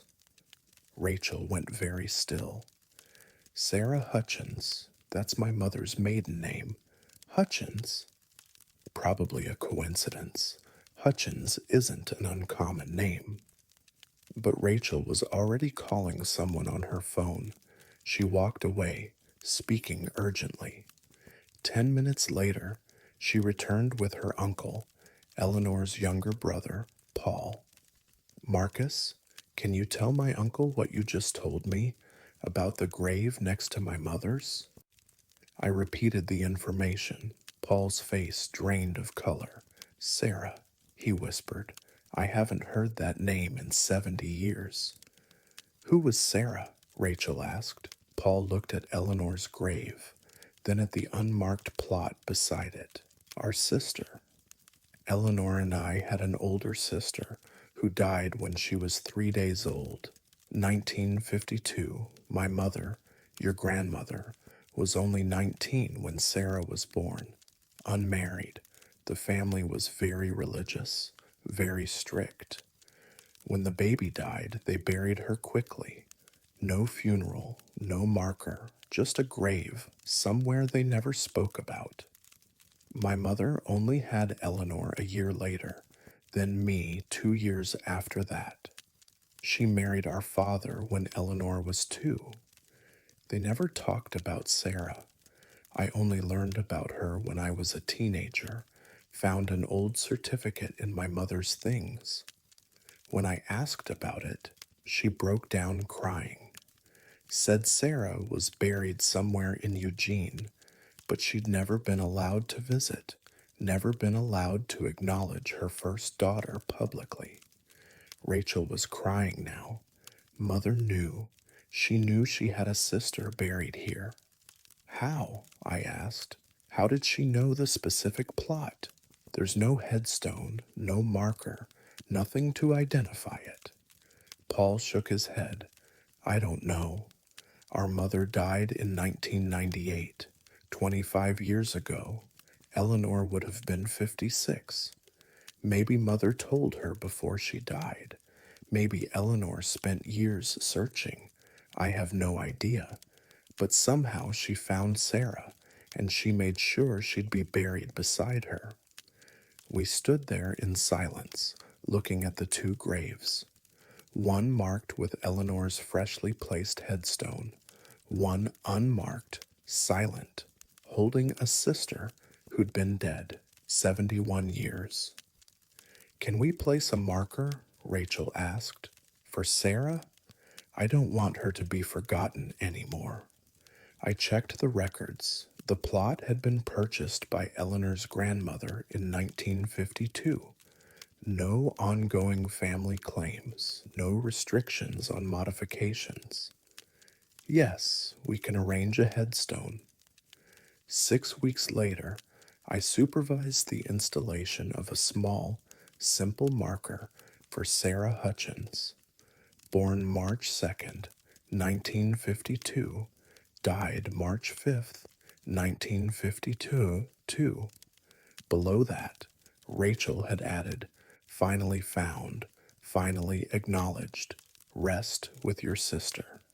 The day after the marker was placed, I received a call from the cemetery's groundskeeper, Tom.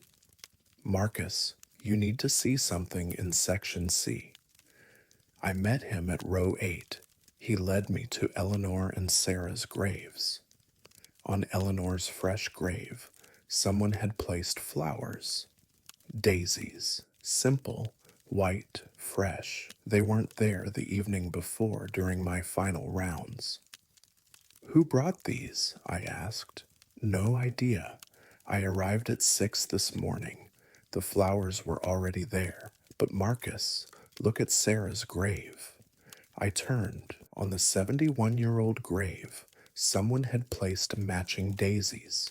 Same flowers, same arrangement, perfectly positioned. Did you see who placed them? No.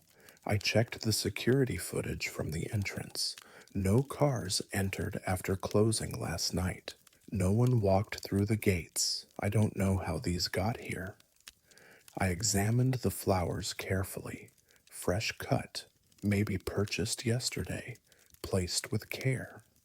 Over the next 3 months, flowers appeared on both graves every Tuesday morning. Always daisies, always fresh, always placed sometime between my evening rounds at 8 p.m. and Tom's morning arrival at 6 a.m.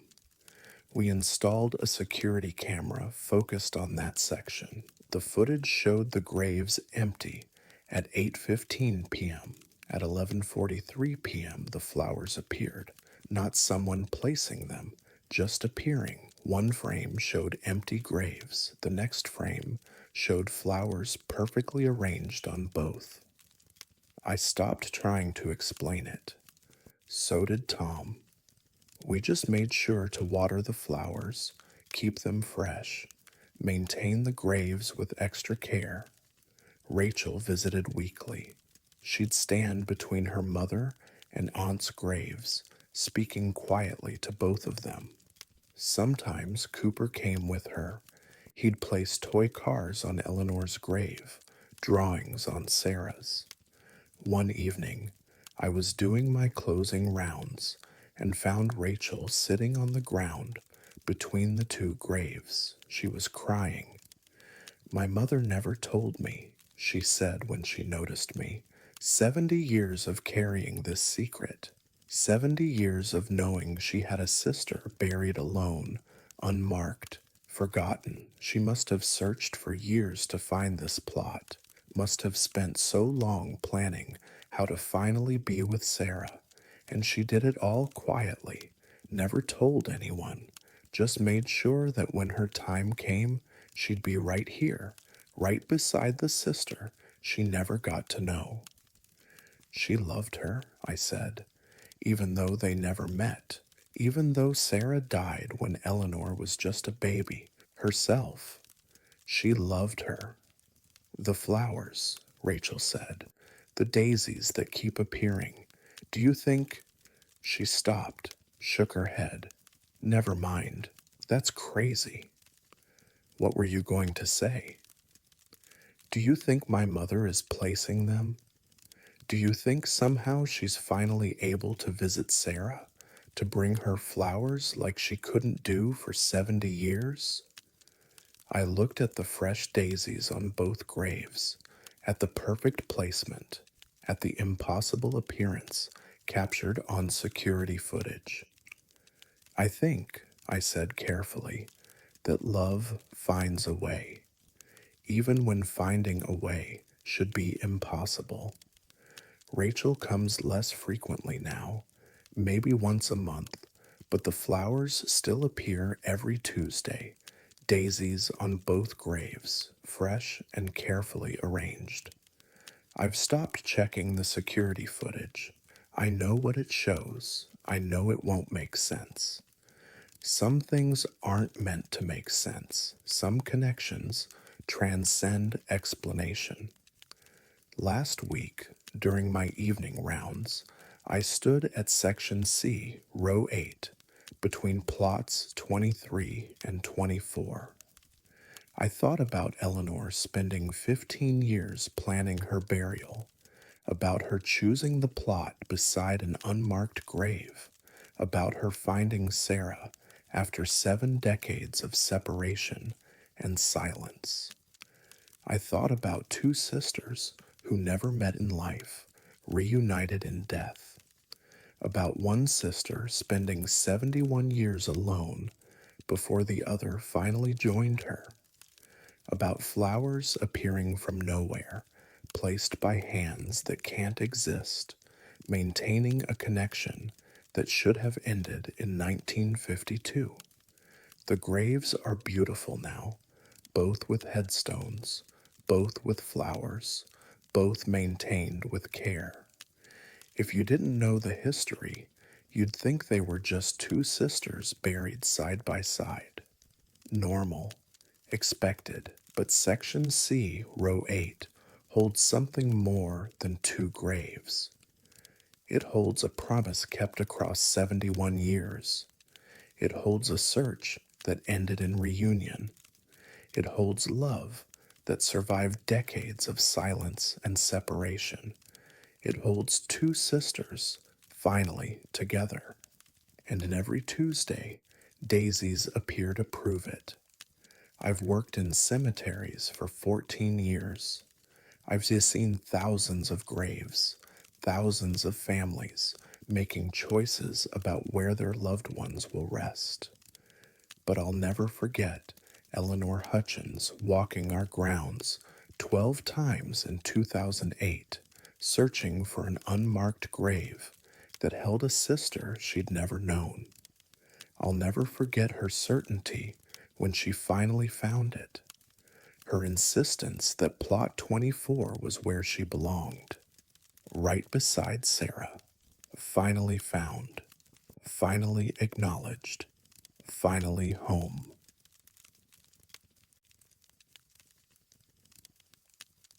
I thought I understood the purpose of mirrors in funeral traditions until I saw something reflected that wasn't standing in the room.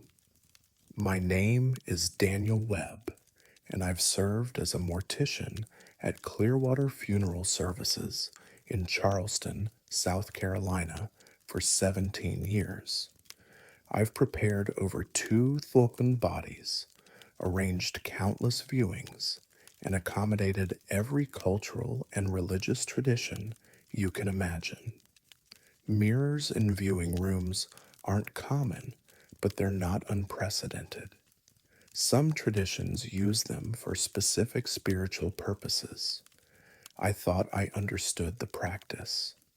I was wrong. The Nakamura family requested mirrors for their grandmother's viewing.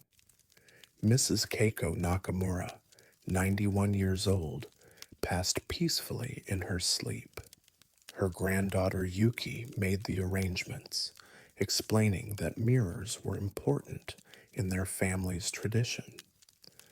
We believe the mirrors help the deceased see everyone who comes to pay respects, Yuki said. It's how they know they were loved, how they know they're not forgotten. I'd worked with similar beliefs before.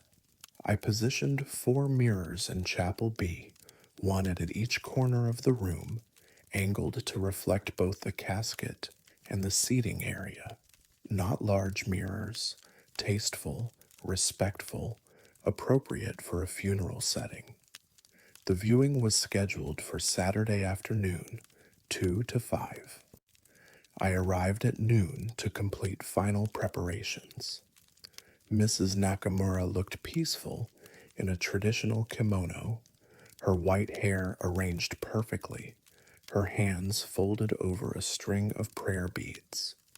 Everything ready. At 1:30, I did a final check of the chapel, adjusted flowers, straightened chairs, verified the mirror positions. In the upper right corner mirror, the one positioned behind where family would sit, I noticed something odd. The reflection showed the room exactly as it appeared: casket, flowers, chairs, everything correct. But in the reflection, barely visible in the background, there appeared to be a figure standing behind the casket. A blurred silhouette, like someone standing just out of focus. I turned to look at the actual casket. No one there. Chapel empty except for me. I returned my attention to the mirror. The figure remained in the reflection, hazy, indistinct, but definitely present in the mirror while absent from the actual room. I checked the other mirrors, normal reflections, accurate representations of the empty chapel. Only the upper right mirror showed the anomaly. I cleaned the mirror, thinking it might be a smudge or distortion. The figure remained. I adjusted the angle. The figure shifted with the reflection, but stayed present. I examined the mirror's surface carefully. No defects, no obvious explanation. By 1:45, I'd convinced myself it was a trick of light. Shadows from the flowers, an optical illusion created by the mirror's position. I left the mirror as it was and returned to my office. The viewing began at 2. The Nakamura family arrived first. Yuki, her parents, several aunts and uncles, many cousins, maybe 40 people total throughout the afternoon. The service was quiet, respectful, punctuated by soft conversations and gentle tears. At 3:15, Yuki's teenage daughter, Mika, approached me. She was crying, visibly shaken. "Mr. Webb, I need to show you something." She led me to the upper right corner of the chapel, to the mirror I'd examined earlier. Other family members were gathering around it now, pointing, whispering urgently. Look, Mika said, pointing at the reflection. In the mirror, behind grandmother. Do you see her? I looked. The figure I'd noticed earlier was clearer now, more defined. I could make out features. A woman, middle aged, wearing what looked like traditional Japanese clothing. She stood behind Mrs. Nakamura's casket in the reflection, though no one stood there in the actual room. Who is that? I asked. My great grandmother, Mika whispered. Grandmother's mother. She died 30 years ago, but that's her. I recognize her from photographs. Other family members confirmed it. Yuki's mother, Mrs. Nakamura's daughter, started crying. That's my grandmother. That's mother's mother. She's standing with her. I stared at the reflection, at the impossible figure standing behind a casket, visible only in mirror image. My rational mind insisted on explanations. Technical glitch, mass suggestion, grief induced hallucination.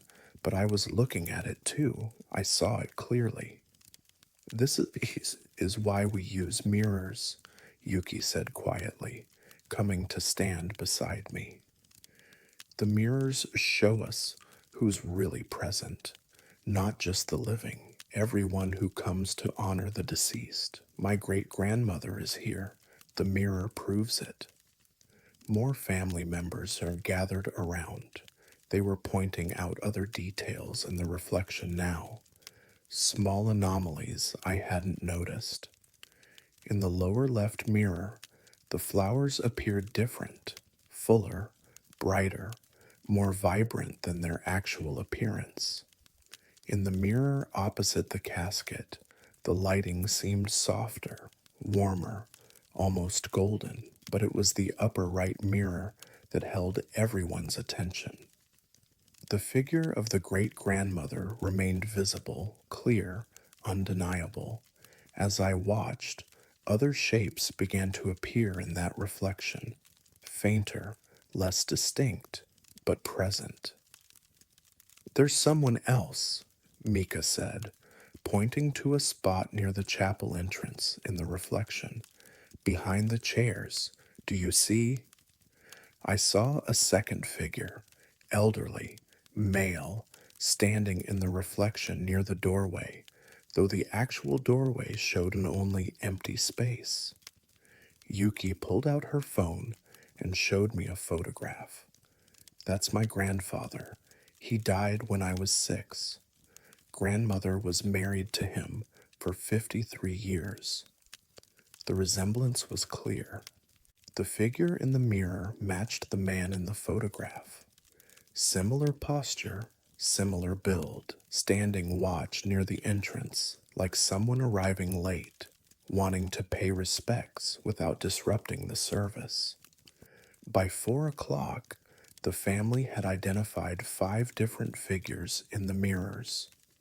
5 people who weren't physically present. 5 relatives who'd died over the past 40 years, now visible in reflections that showed more than what existed in the room. I photographed the mirrors. The images captured what we saw, the additional figures, the enhanced flowers, the altered lighting. The photographs proved it wasn't mass hallucination or shared grief response. Something was genuinely present in those reflections. Something impossible. At 4:30, Yuki approached me with an unusual request. Mr. Webb, my daughter wants to speak to her great-great-grandmother, the one in the mirror. Is that appropriate? I don't know the protocol for speaking to reflections of deceased relatives, I admitted. In our tradition, it's encouraged. The mirrors provide a bridge, a way to communicate. Would you object? I didn't know what to say. This was beyond any funeral practice I'd studied, but the family seemed certain, seemed to treat this as normal, expected, part of their tradition. Go ahead, I said.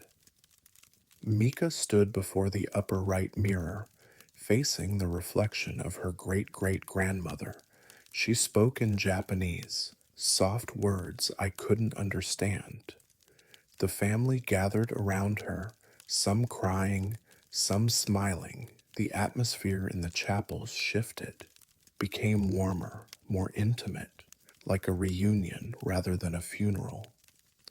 After Mika finished speaking, other family members took turns, speaking to the reflections, saying things to relatives who'd been dead for decades, sharing news, offering updates, expressing love that had been waiting years for expression. I stood at the back of the chapel, watching. The mirrors showed a room that was both the same and completely different from the actual space. A room populated by living and dead together, separated only by the thin barrier between reflection and reality. At 5 o'clock, the viewing officially ended. Family members began leaving, many of them pausing at the mirrors for final words, final glances at relatives they couldn't see with direct vision, but could perceive in reflection. Yuki was the last to leave. She approached me at the chapel entrance. Thank you for accommodating our tradition and for not dismissing what you saw. I documented it, I said. I have photographs, but I don't understand it. Some things aren't meant to be understood. Some things are meant to be witnessed. She paused. In our culture, we believe the boundary between life and death is thinner than most people think. Mirrors show truth. They reflect what's really present, not just what we can see with physical eyes. Today, my family needed to see that grandmother wasn't alone, that those who loved her in life were here to guide her in death. The mirrors provided that proof. After the family left, I returned to the chapel. I examined the mirrors again. The additional figures were gone now. The reflections showed that only the empty room, the casket, the flowers, normal, accurate. But when I checked the photographs on my phone, the figures remained. Clear evidence of something I'd witnessed but couldn't explain. I removed the mirrors that evening and stored them in our equipment closet. I've used them for 3 other services since then. Different families, different traditions, different deceased. Each time, the same phenomena occurred. Figures appearing in reflections, presences visible only in mirror image, anomalies that suggested the boundary between living and dead was more permeable than I'd believed. Last month, I prepared a viewing for an elderly veteran, standard military service, no special requests, but I decided to position one mirror in the chapel purely as an experiment. During the viewing, the veteran's widow approached me. She was crying. She pointed at the mirror. That's Jim, she said. That's my husband's brother. He died in Vietnam in '68, but he's here. He's standing right there in the mirror. He came to see Jim off. I looked. I saw the figure she described, a young man in military uniform, standing at attention near the casket, visible only in reflection. I've stopped trying to explain it. I've stopped searching for rational causes or scientific justifications. Some things exist beyond explanation. Some presences occupy spaces we can't normally perceive. And sometimes, if you position a mirror correctly, if you allow yourself to see what the reflection shows rather than insisting on what physical reality permits, you witness truth. The dead don't leave us, not completely. They attend our services, they stand beside caskets, they witness our grief, they're present in ways we can't perceive with normal vision. But mirrors show what's really there. I keep those 4 mirrors from the Nakamura viewing in my office now. I use them frequently, not for every service, only when it feels right. When families seem open to seeing more than what physical presence allows. And every time I position those mirrors in a chapel, I see figures, additional presences, relatives, and friends who've crossed over but return for one final gathering. They stand in reflections, visible only in mirror image, present for those who need to see them. Yuki was right. The mirrors show truth. They reflect what's really present, not just what we can see with physical eyes. Last week, I used the mirrors for a child's funeral. 6 years old, tragic accident. The family was devastated. During the viewing, the mother approached the upper right mirror and gasped. "That's my mother," she said. "That's my mother holding my daughter. She's holding her hand." I looked. I saw 2 figures in the reflection, an elderly woman and a small child, hand in hand, standing beside the tiny casket. The grandmother had died 2 years earlier. The mother cried, but her tears changed. Relief mixed with grief, comfort mixed with sorrow. "She's not alone," the mother whispered. "My baby isn't alone. My mother has her." That's what the mirrors provide. Not explanation, not understanding, but proof. Evidence that those who die aren't abandoned, that love survives death, that family connections persist beyond the boundaries we think separate us. I'm a mortician. I prepare bodies. I arrange viewings. I facilitate grief. I thought my job was about honoring the dead while comforting the living, but I've learned something else. Something the mirrors taught me. My job is about showing truth, about revealing presences that exist beyond normal perception, about proving to grieving families that death isn't an ending, but a threshold, a boundary their loved ones cross, but don't disappear beyond. The mirrors reflect what's really there, and what's really there is more than what we see without them, much more.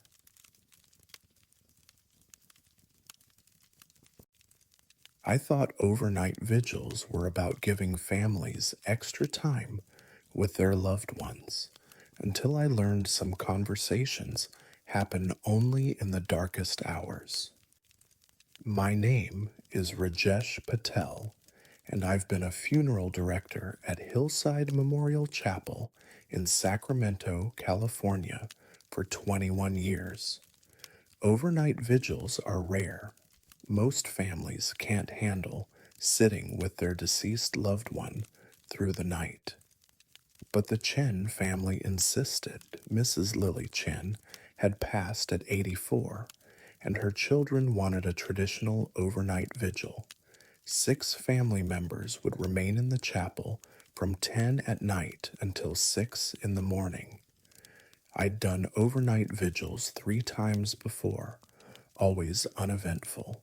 Family members dozing in chairs, quiet conversations, nothing remarkable. The Chen vigil began at 10 o'clock on a Thursday evening. 6 people arranged themselves around the open casket. I positioned myself in my office, available but unobtrusive. At 3:40 in the morning, I woke from a light sleep at my desk. The building was silent. Too silent. That particular quality of silence that feels deliberate. I walked to the chapel. All 6 family members were awake, sitting perfectly still, staring at the casket. No one speaking, no one moving. Just 6 people frozen in their chairs like statues. Is everything all right? I asked quietly. No response. They continued staring at Mrs. Chen's body, motionless and silent. I approached Jennifer, the daughter who'd made arrangements. I touched her shoulder gently. Jennifer, are you okay? She didn't respond, didn't blink, just kept staring with an expression I couldn't read. Something like listening. I checked the others. Same response. 6 people sitting in perfect stillness, breathing but unresponsive, present but somehow absent. At 3:45, exactly 5 minutes after I'd entered, everyone moved simultaneously, a collective exhale. Jennifer turned to look at me and smiled. Mr. Patel, sorry if we worried you. We're fine. What just happened? You wouldn't respond. The grandson spoke up. We were listening. Grandmother was speaking to us. Mrs. Chen is deceased. She can't speak. Not with words, Jennifer said, but she spoke to us. We all heard her. Different messages for each of us. Personal things only we would understand. Margaret, the other daughter, was crying. She told me she was proud of me. She never said that when she was alive. But tonight, in the silence, I heard her voice clear as anything. One by one, they shared what they'd heard. The son heard where his mother had hidden her wedding ring. The grandson heard a poem she'd written for him. The daughters-in-law heard messages of acceptance and gratitude. 6 people, 6 different messages, all received simultaneously during 5 minutes of perfect, unexplainable silence. This happens at overnight vigils, Jennifer said quietly. That's why we requested it. My grandmother told us before she died. She said if we kept vigil through the darkest hours, she would speak to us. One last time. That's not possible, I said, though my voice lacked conviction. We all heard her, Mr. Patel, all of us, at the exact same moment. I had no explanation for 6 people simultaneously experiencing the same phenomenon. At 5:20, the silence fell again. Same pattern. 6 people frozen, 5 minutes of perfect stillness, then collective return to normal awareness. This time I was in the chapel when it happened. I watched as all 6 of them stopped moving simultaneously. The chapel felt different during those 5 minutes, heavier, fuller. At 5:25, everyone exhaled together. The grandson was crying. Margaret was smiling. Jennifer looked peaceful. She said goodbye that time, Jennifer told me. She said she was ready now, that she'd said everything she needed to say. The vigil ended at 6. The family left peaceful in a way most grieving families aren't. I prepared Mrs. Chen for burial that morning. Her expression had changed. When I'd first prepared her 2 days earlier, her face had held slight tension, common in the deceased. But now, that tension was gone, completely relaxed, like she'd finished something important. After the funeral, Jennifer approached me. Thank you for allowing the vigil. What did your mother say during that first silence? Jennifer smiled.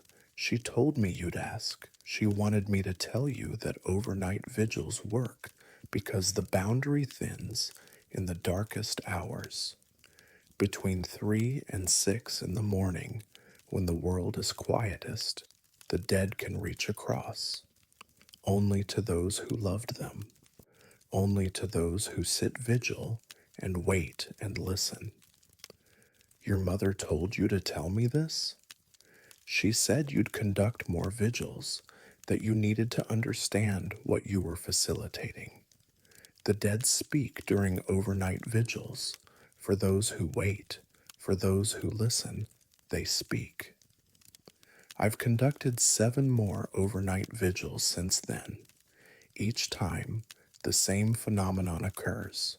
Somewhere between 3 and 6 in the morning, the family members fall silent.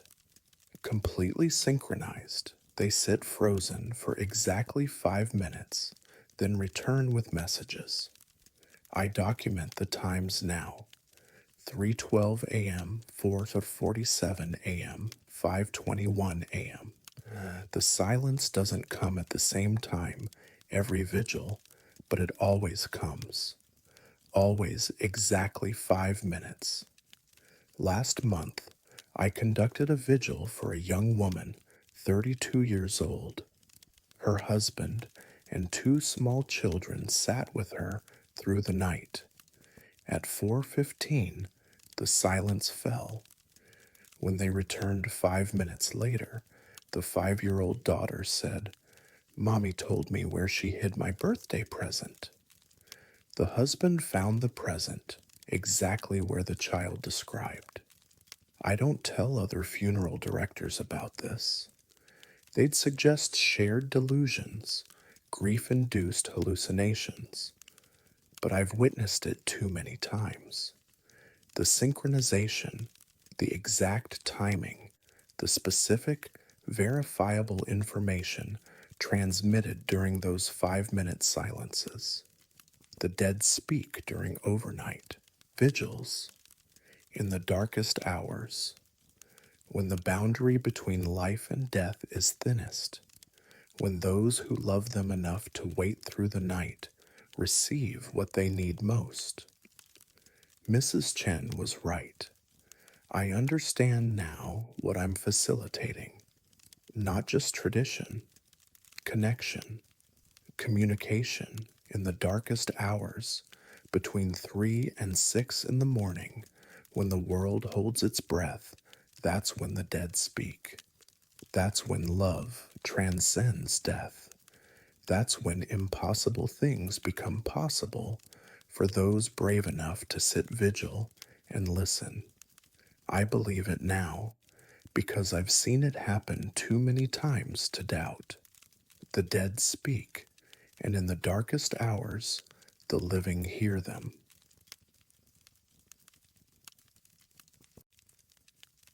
I thought I understood cemetery records until a reservation made 40 years ago brought back someone who shouldn't exist. My name is Rita Moreno, and I've managed plot sales at Oakmont Memorial Park in Phoenix, Arizona for 23 years. Numbers and names and dates, straightforward administrative work. Until Margaret Thorne, the plot purchase was in 1901. Margaret Ann Thorne purchased 2 adjacent plots on March 9th, plot 73 under her name, the other marked reserved, no beneficiary name, just reserved with a note, to be claimed when the time comes. Empty. Margaret was buried in plot 73 on April 2nd, 2021, 40 years after purchasing the plots. She died at 87. No spouse, no children. Her niece Caroline made arrangements. Did she ever mention the reserved plot? I asked Caroline. Caroline shook her head. Aunt Margaret never married, never had children. She never said who it was for. 2 days after Margaret's burial, I received a phone call, male voice, calm. "I'm calling about a plot reservation. Margaret Thorne, plot 74 in section J." I pulled up records. "May I ask your relationship to Ms. Thorne?" "She reserved the plot for me, Thomas Garrett." I checked Margaret's file. No mention of a Thomas Garrett. Mr. Garrett, I don't see your name in Ms. Thorne's documentation. The reservation itself is proof. Check the date, March 9th, 1981. Then ask yourself why she'd buy a second plot if she had no spouse, no children. He had a point. I need documentation, something that proves Margaret intended this plot for you. I'll come tomorrow, 10 o'clock. Thomas Garrett arrived exactly at 10. He was young, maybe 35. He carried a leather folder. Mr. Garrett, you claim Margaret reserved a plot for you in 1981. That was 43 years ago. You appear to be in your 30s. The math doesn't work. He smiled patiently. Let me explain. He removed a letter, handwritten, dated March 9th, 1982, Margaret's signature, to the cemetery administrator. I am purchasing 2 plots today, one for myself, one to be reserved for Thomas Garrett. Mr. Garrett will claim this plot when circumstances allow. Please honor this reservation, regardless of how much time passes. Margaret Ann Thorne. The handwriting matched Margaret's signature. The date aligned, but the content made no sense. This letter is from 1981. You weren't born yet. I was born in 1990, March 14th, 9 years after Margaret made this reservation. Then how could she reserve a plot for you? Thomas removed a birth certificate. Thomas Michael Garrett, born March 14th, 1990. Then a photograph, 2 people in front of a house, a young woman and young man. On the back, Margaret and Thomas, summer 1980, before everything changed. The resemblance to Thomas sitting across from me was striking.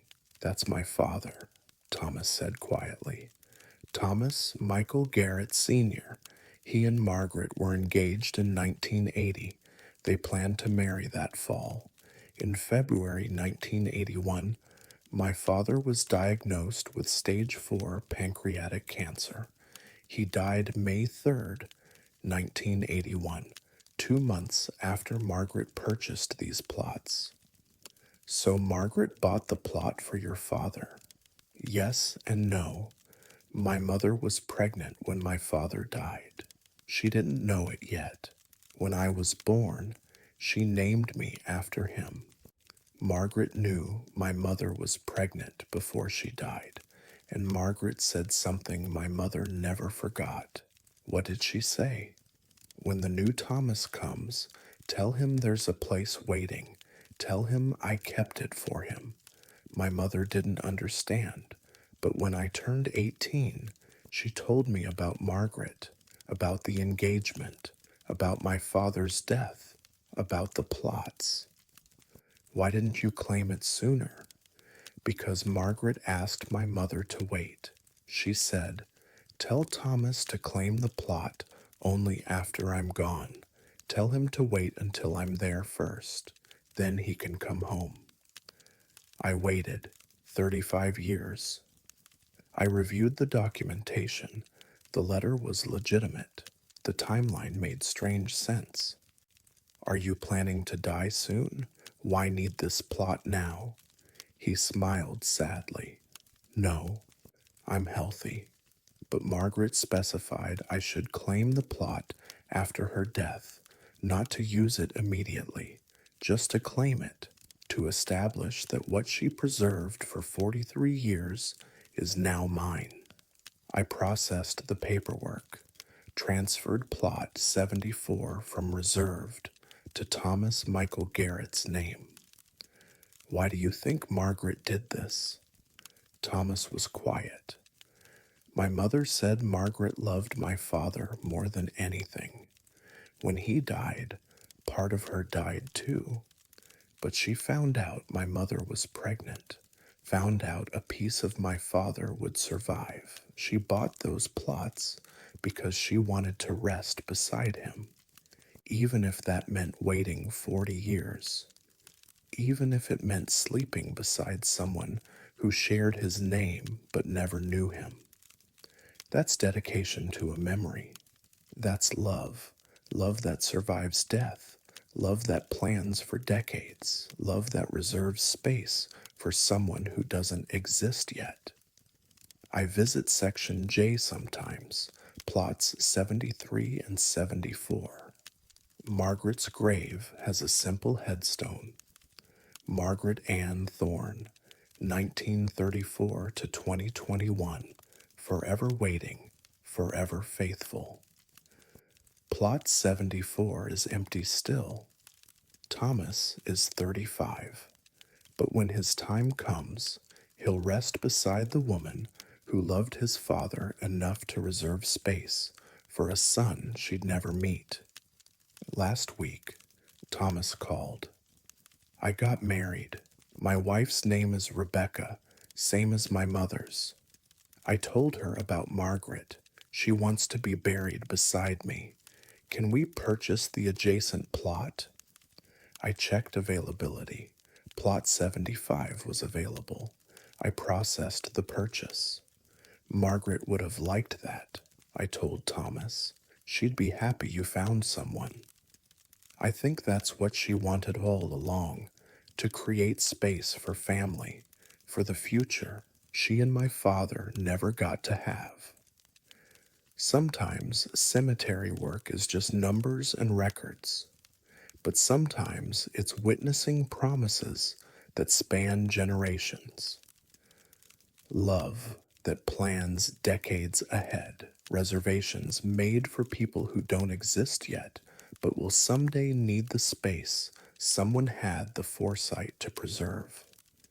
Margaret Ann Thorne purchased 2 plots in 1981.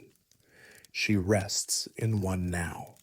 The other waits for Thomas Michael Garrett, a man named after the fiancé she lost, a promise she kept for 43 years, reserved, claimed, connected, finally home.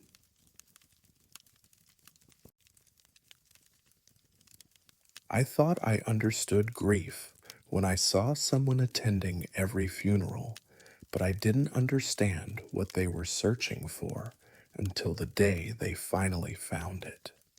My name is Cole Anderson, and I serve as Assistant Funeral Director at Greenfield Memorial Chapel in Lansing, Michigan. I've worked here for 9 years, and I've seen every variation of mourning, but I'd never seen anyone like the man who came every Thursday for 6 months.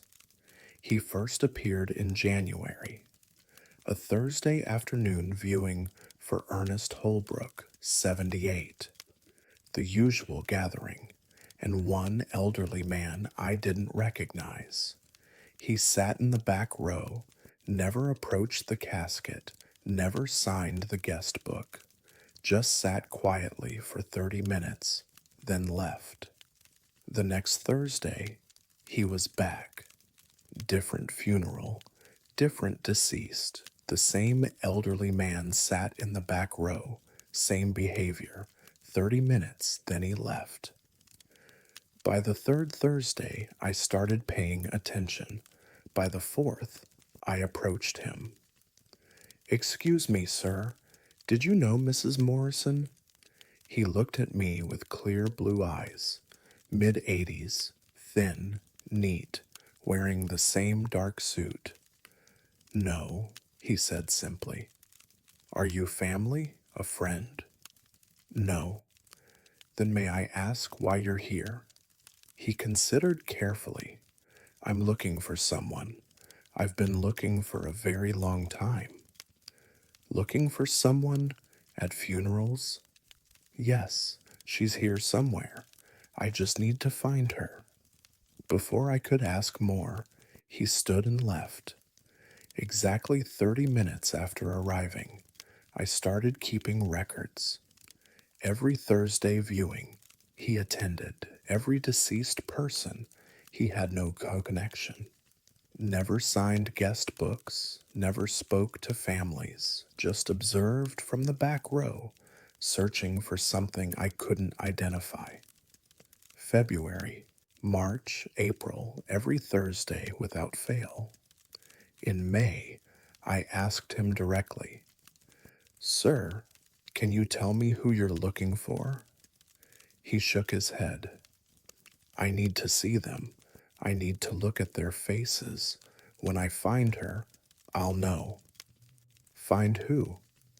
The nurse who held my hand, 1967. I never learned her name, but I'd recognize her face. You're looking for a nurse from 1967 at funerals? She'd be older now, much older, maybe dead, but I've been checking every Thursday for 6 months. She might come through here eventually. What happened in 1967? He was quiet. Then, I was in a car accident, critical condition, St. Vincent's Hospital. I was in and out of consciousness for 3 days, but there was a nurse. She sat with me through the worst night, held my hand, talked to me. She kept me anchored, kept me from drifting away. I survived because of her. When I recovered enough to ask her name, she'd transferred. No one remembered her. I've been trying to find her for 57 years. And you think attending funerals will help? She'd be in her 80s now, same age as most deceased here. If she lived local, she might pass through eventually. I just need to see the mourners. I'll recognize her. What's your name? Harold. Harold. Chen. Harold, I hope you find her. He nodded and left. 30 minutes exactly. June arrived. Harold continued his Thursday visits. I stopped questioning him. On the third Thursday in June, we held a viewing for Anne Sullivan. 83 years old, former nurse at St. Vincent's Hospital. Harold arrived at his usual time, took his usual seat, but something was different. His posture changed. He sat forward, staring at something. An elderly woman, maybe 75, was approaching the casket. Average height, gray hair, unremarkable, but Harold was transfixed. He stood abruptly, walked directly toward her. I'd never seen him approach anyone before. He stopped in front of her, said something. Hoy looked up, confused. He said something else. Recognition dawned on her face. Shock. Her hand went to her mouth. They spoke for several minutes, both crying, both nodding, both reaching out to touch the other's arm. Harold turned and looked at me. He smiled, the first time I'd ever seen him smile, and nodded. After the viewing, I approached them. "Cole, this is Margaret, Margaret Patterson. She was the nurse, 1967, St. Vincent's Hospital. She's the one who held my hand." Margaret was crying. "I didn't think you'd remember. It was one night, 57 years ago. I held hands with dozens of critical patients. I never thought any of them would remember me." "I remembered," Harold said.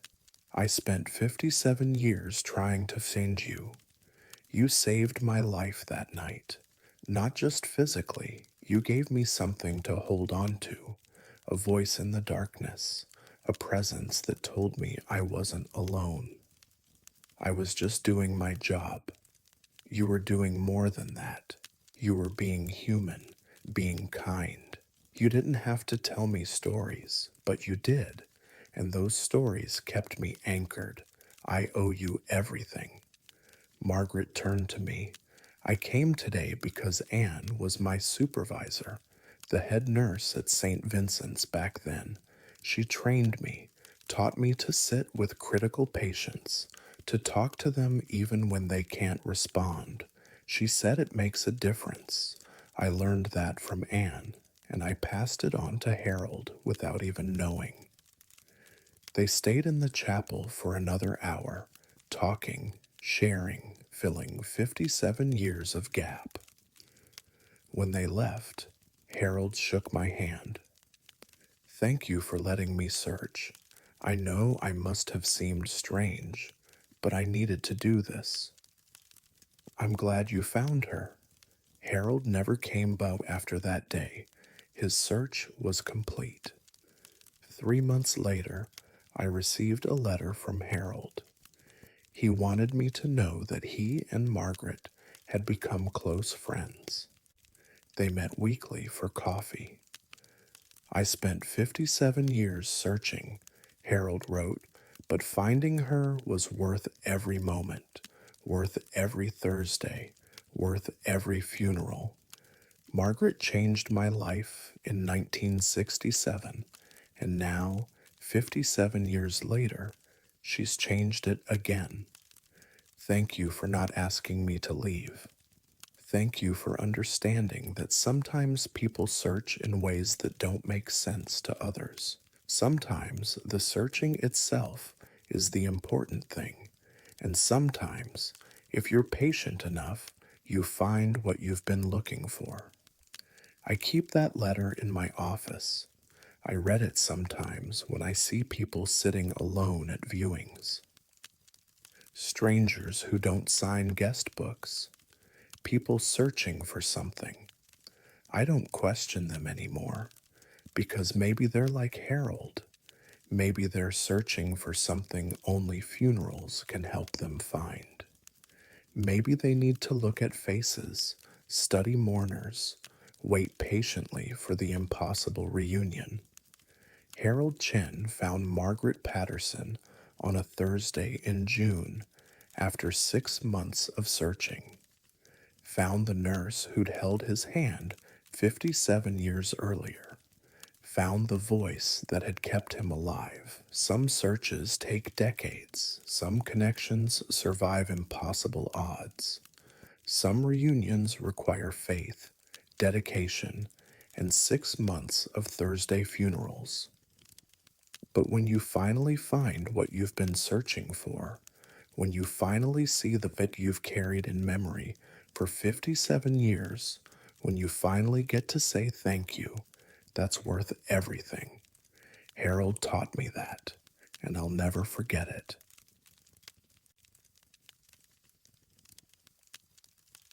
I've photographed over 300 funerals, and the camera never lies, except for the one time I wish it had. My name is David Simmons, and I work as a funeral photographer at Heritage Memorial Services in Charleston, South Carolina. I use a Polaroid camera for immediate prints. Families appreciate having physical photographs right away. The camera is reliable. It captures exactly what's in front of the lens. Until the Hastings funeral, Catherine Hastings passed away at 86. Her daughter Emma arranged everything, including memorial photography. The viewing was Saturday afternoon, 2 to 5 p.m., 73 mourners total. I took standard photographs, the casket, the guest book, the family groupings. At 3:15, Emma requested a family photograph, 7 people total. I positioned them near the casket and took the shot. The Polaroid developed slowly. I watched it form. The family stood in perfect position. Good composition, everything correct. Except for one detail. In the photograph, standing directly behind the family group, was an 8th person. A middle-aged woman in 1950s style dress, hair styled in a way no one wears anymore. He wasn't in the chapel. I'd positioned the family myself, 7 people, but the photograph showed 8. I stared at the image. The woman was clear, well-defined, perfectly in focus, not transparent, solid, real, present in the photograph, but absent from the room. David, is something wrong? Emma asked. I handed her the photograph. She glanced at it, smiled, then froze. Shock, recognition. This is this is my birth mother, Margaret. She died in 1952. I was adopted as an infant. I've only seen one photograph of her my entire life. This is her. She's in this photograph. I took the Polaroid back. The woman did look like she was from a different era. The clothing, the hairstyle, the slight blur around her edges, not from motion, but from something else. That's not possible, Emma's husband said. That's Margaret, Emma insisted. I know my birth mother's face. That's her. She's standing behind us in this picture. Catherine's sister looked at the photograph and went pale. That's Margaret Hastings. I met her once before she died. That's definitely her. I took another photograph. Same composition. 7 people. No one in the background. Normal photograph. Emma held both photographs. One showed 8 people. One showed 7. Same moment. Different reality. I continued my work. At 4:30, I took a wide shot of the entire chapel. The Polaroid developed. I looked at it, froze. In the photograph, scattered throughout the chapel, were additional figures. I counted 4 of them, different eras of clothing, standing among the living mourners, clear in the photograph, absent from the actual room. I checked the chapel, 42 mourners present. The photograph showed 46. I took 3 more wide shots. Each showed additional figures, different numbers, always more people in photographs than actually present. After the viewing, I showed Emma the wide-angle photographs. She studied them, pointing out the extra figures. That's my Aunt Louise, dead since 1998. Another figure. That's my grandfather, dead since 1976. Another. That's Catherine's first husband, died in the Korean War. Emma looked at me with tears streaming. They came. They all came to say goodbye to Catherine. The camera sees them even though we can't. How is this possible? She pulled out the photograph from earlier, the one with Margaret. Margaret died 6 days after giving birth to me. Catherine, her best friend, adopted me. They were inseparable. When Margaret died, Catherine promised to care for me. Margaret came to be here, to stand with Catherine's family. They're together again. I've developed every photograph from that viewing. 23 photographs total. 16 show additional figures, people who weren't physically present, but appeared in the Polaroid images. My supervisor suggested camera malfunction. Technical explanations. But I've used that camera for 70 more funerals since. Normal photographs. No additional figures. The camera works perfectly, except at Catherine Hastings's funeral, where something else was present. Something the camera could see, but we couldn't. Last week, I received a package from Emma, a framed photograph, the one showing Margaret behind the family group. A note. Thank you for capturing something I never thought I'd see. Margaret based to Catherine's funeral. The camera proved it. I'm having this buried with me when my time comes. It's proof that death doesn't end relationships. Thank you. Also in the package was a photograph from 1952. 2 young women, arm in arm, laughing, on the back. Catherine and Margaret, best friends forever. Summer 1952. The resemblance to the figure in my Polaroid was unmistakable. The woman who'd appeared in my photograph was definitely Margaret. I keep that old photograph next to the Polaroids in my office. I look at them sometimes, trying to understand. I've photographed 93 funerals since the Hastings service. I've captured 3 more anomalies. 3 photographs showing people who weren't physically present. Family members who died years ago, visible only in camera images. I don't mention these photographs to most families, but when families seem open when they mention feeling presences, I show them the relevant photographs. I give them proof that their deceased loved ones were present. Catherine Hastings's funeral taught me something important. Death doesn't end relationships. Most of us can't see beyond the physical.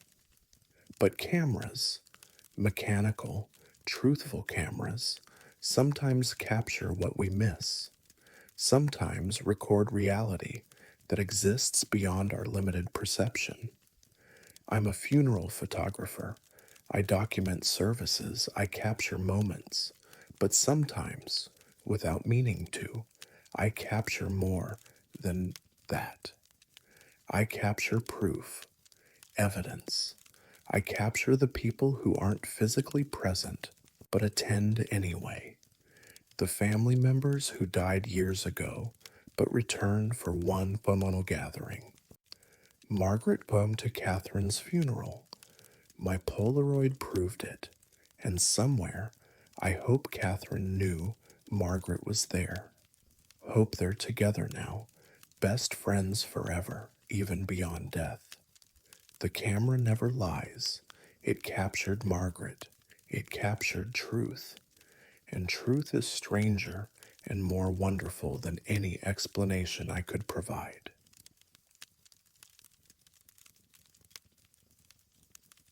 I thought final messages were about giving the living closure until I realized sometimes the dead write them too.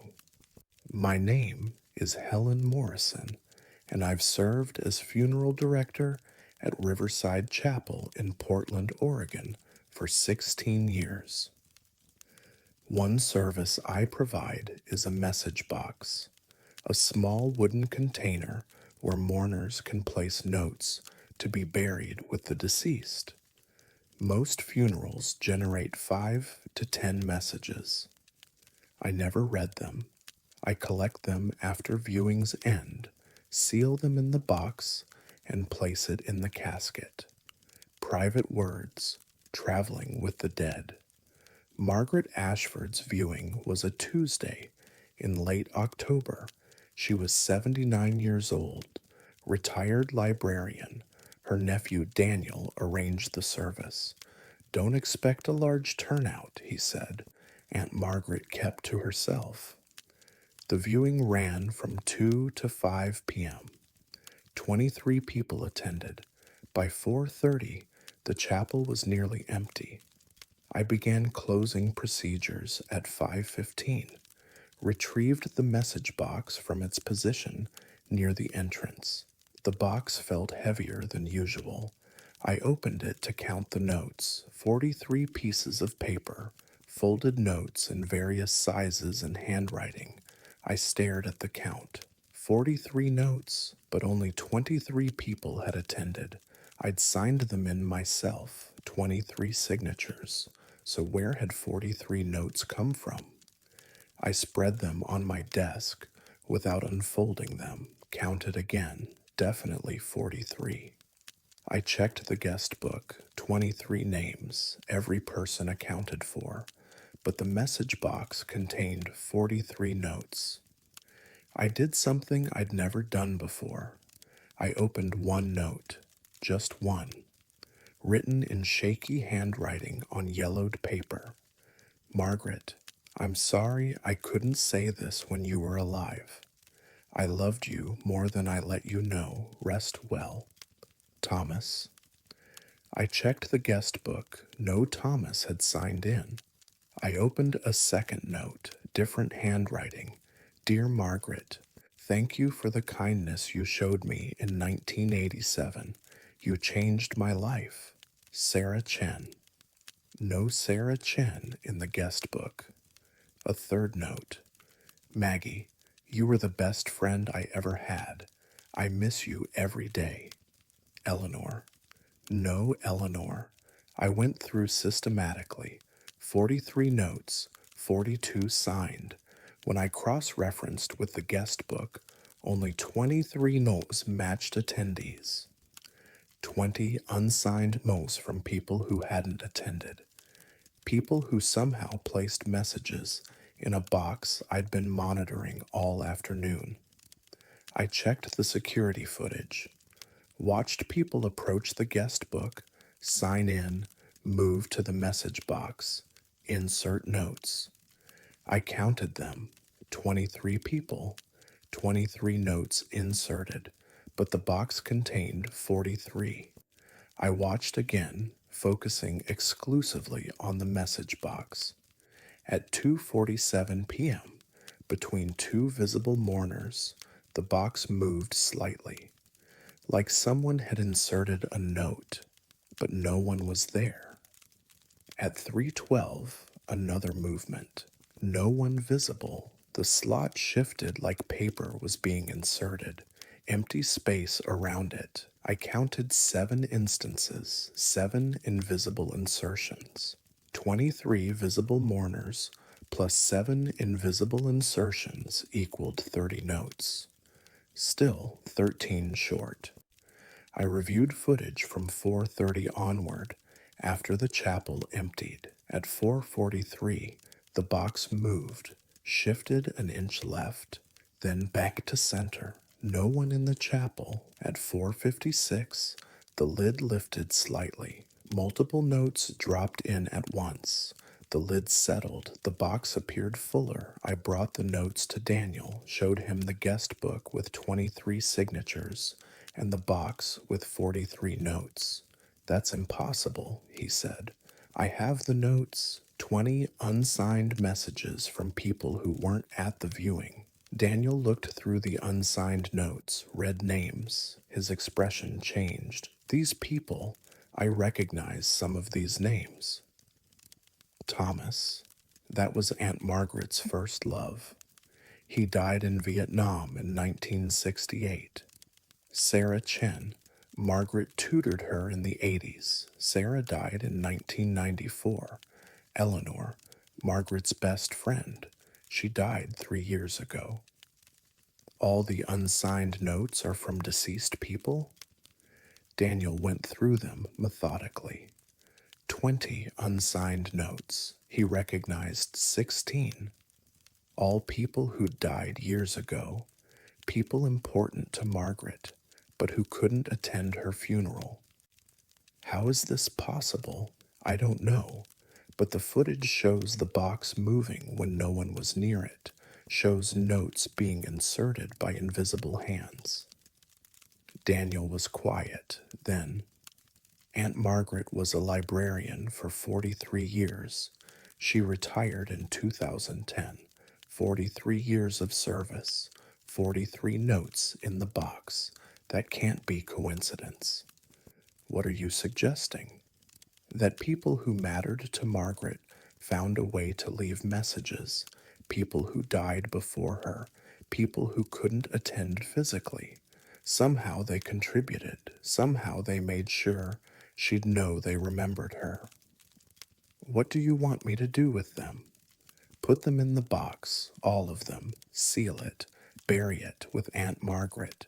She deserves to know that 43 people, living and dead, cared enough to tell her she mattered.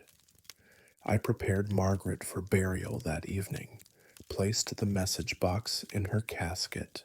43 notes, 23 from the living, 20 from the dead. The burial was Wednesday morning. We lowered Margaret into the ground with her message box. Proof that she'd touched lives, that connections she'd made survived even when the people she'd connected with didn't. After the service, Daniel said, Thank you for not dismissing this, for understanding that something impossible happened and honoring it anyway. I've conducted 47 funerals since Margaret Ashford's burial. I use the message box for every viewing. The count is always wrong, always more notes than attendees, always unsigned messages mixed with signed ones. Last month, I buried a veteran with 32 attendees and 48 notes, 16 unsigned, 3 names I recognized, soldiers who died in combat 40 years ago. 2 weeks ago, I buried a teacher with 18 attendees and 37 notes, 19 unsigned. Former students, all deceased. The message box accepts communications from both sides of death. Somehow, the people who've died but remember the deceased find a way to contribute, to leave final words. I don't read the notes anymore, but I count them, document the discrepancies, and I make sure every note, signed or unsigned, from living or dead, travels with the deceased into the ground. Because grief isn't exclusive to the living. The dead grieve too. They remember connections, and when given the opportunity, they reach across the boundary and leave messages. Margaret Ashford received 43 notes, 43 people who thought she mattered, who found a way, despite death, despite impossibility, to say thank you one final time. The unsigned note I read to understand the discrepancy. I remember it exactly. I waited like you asked, 31 years. I'm so tired now. I showed it to Daniel after the burial. He went quiet, then told me something Margaret had shared years ago. In 1992, Aunt Margaret fell in love with a man named Robert. They planned to marry, but Robert had complications with a previous marriage. He asked Margaret to wait for him. She agreed. The divorce dragged on. Years passed. Robert died in 2023. They never married. Margaret waited 31 years. The unsigned note was from Robert, apologizing for making her wait, telling her he was ready to be with her finally. Daniel looked at Margaret's grave. She waited 31 years, and now she doesn't have to wait anymore. The message box is sealed now, buried, traveling with Margaret, proof that she mattered, that 43 people, living and dead, found a way to tell her so. The box accepts all messages, from all sources, into the ground, into the dark, into whatever waits beyond, where 43 voices whisper together, you mattered, you were loved, you are remembered, always.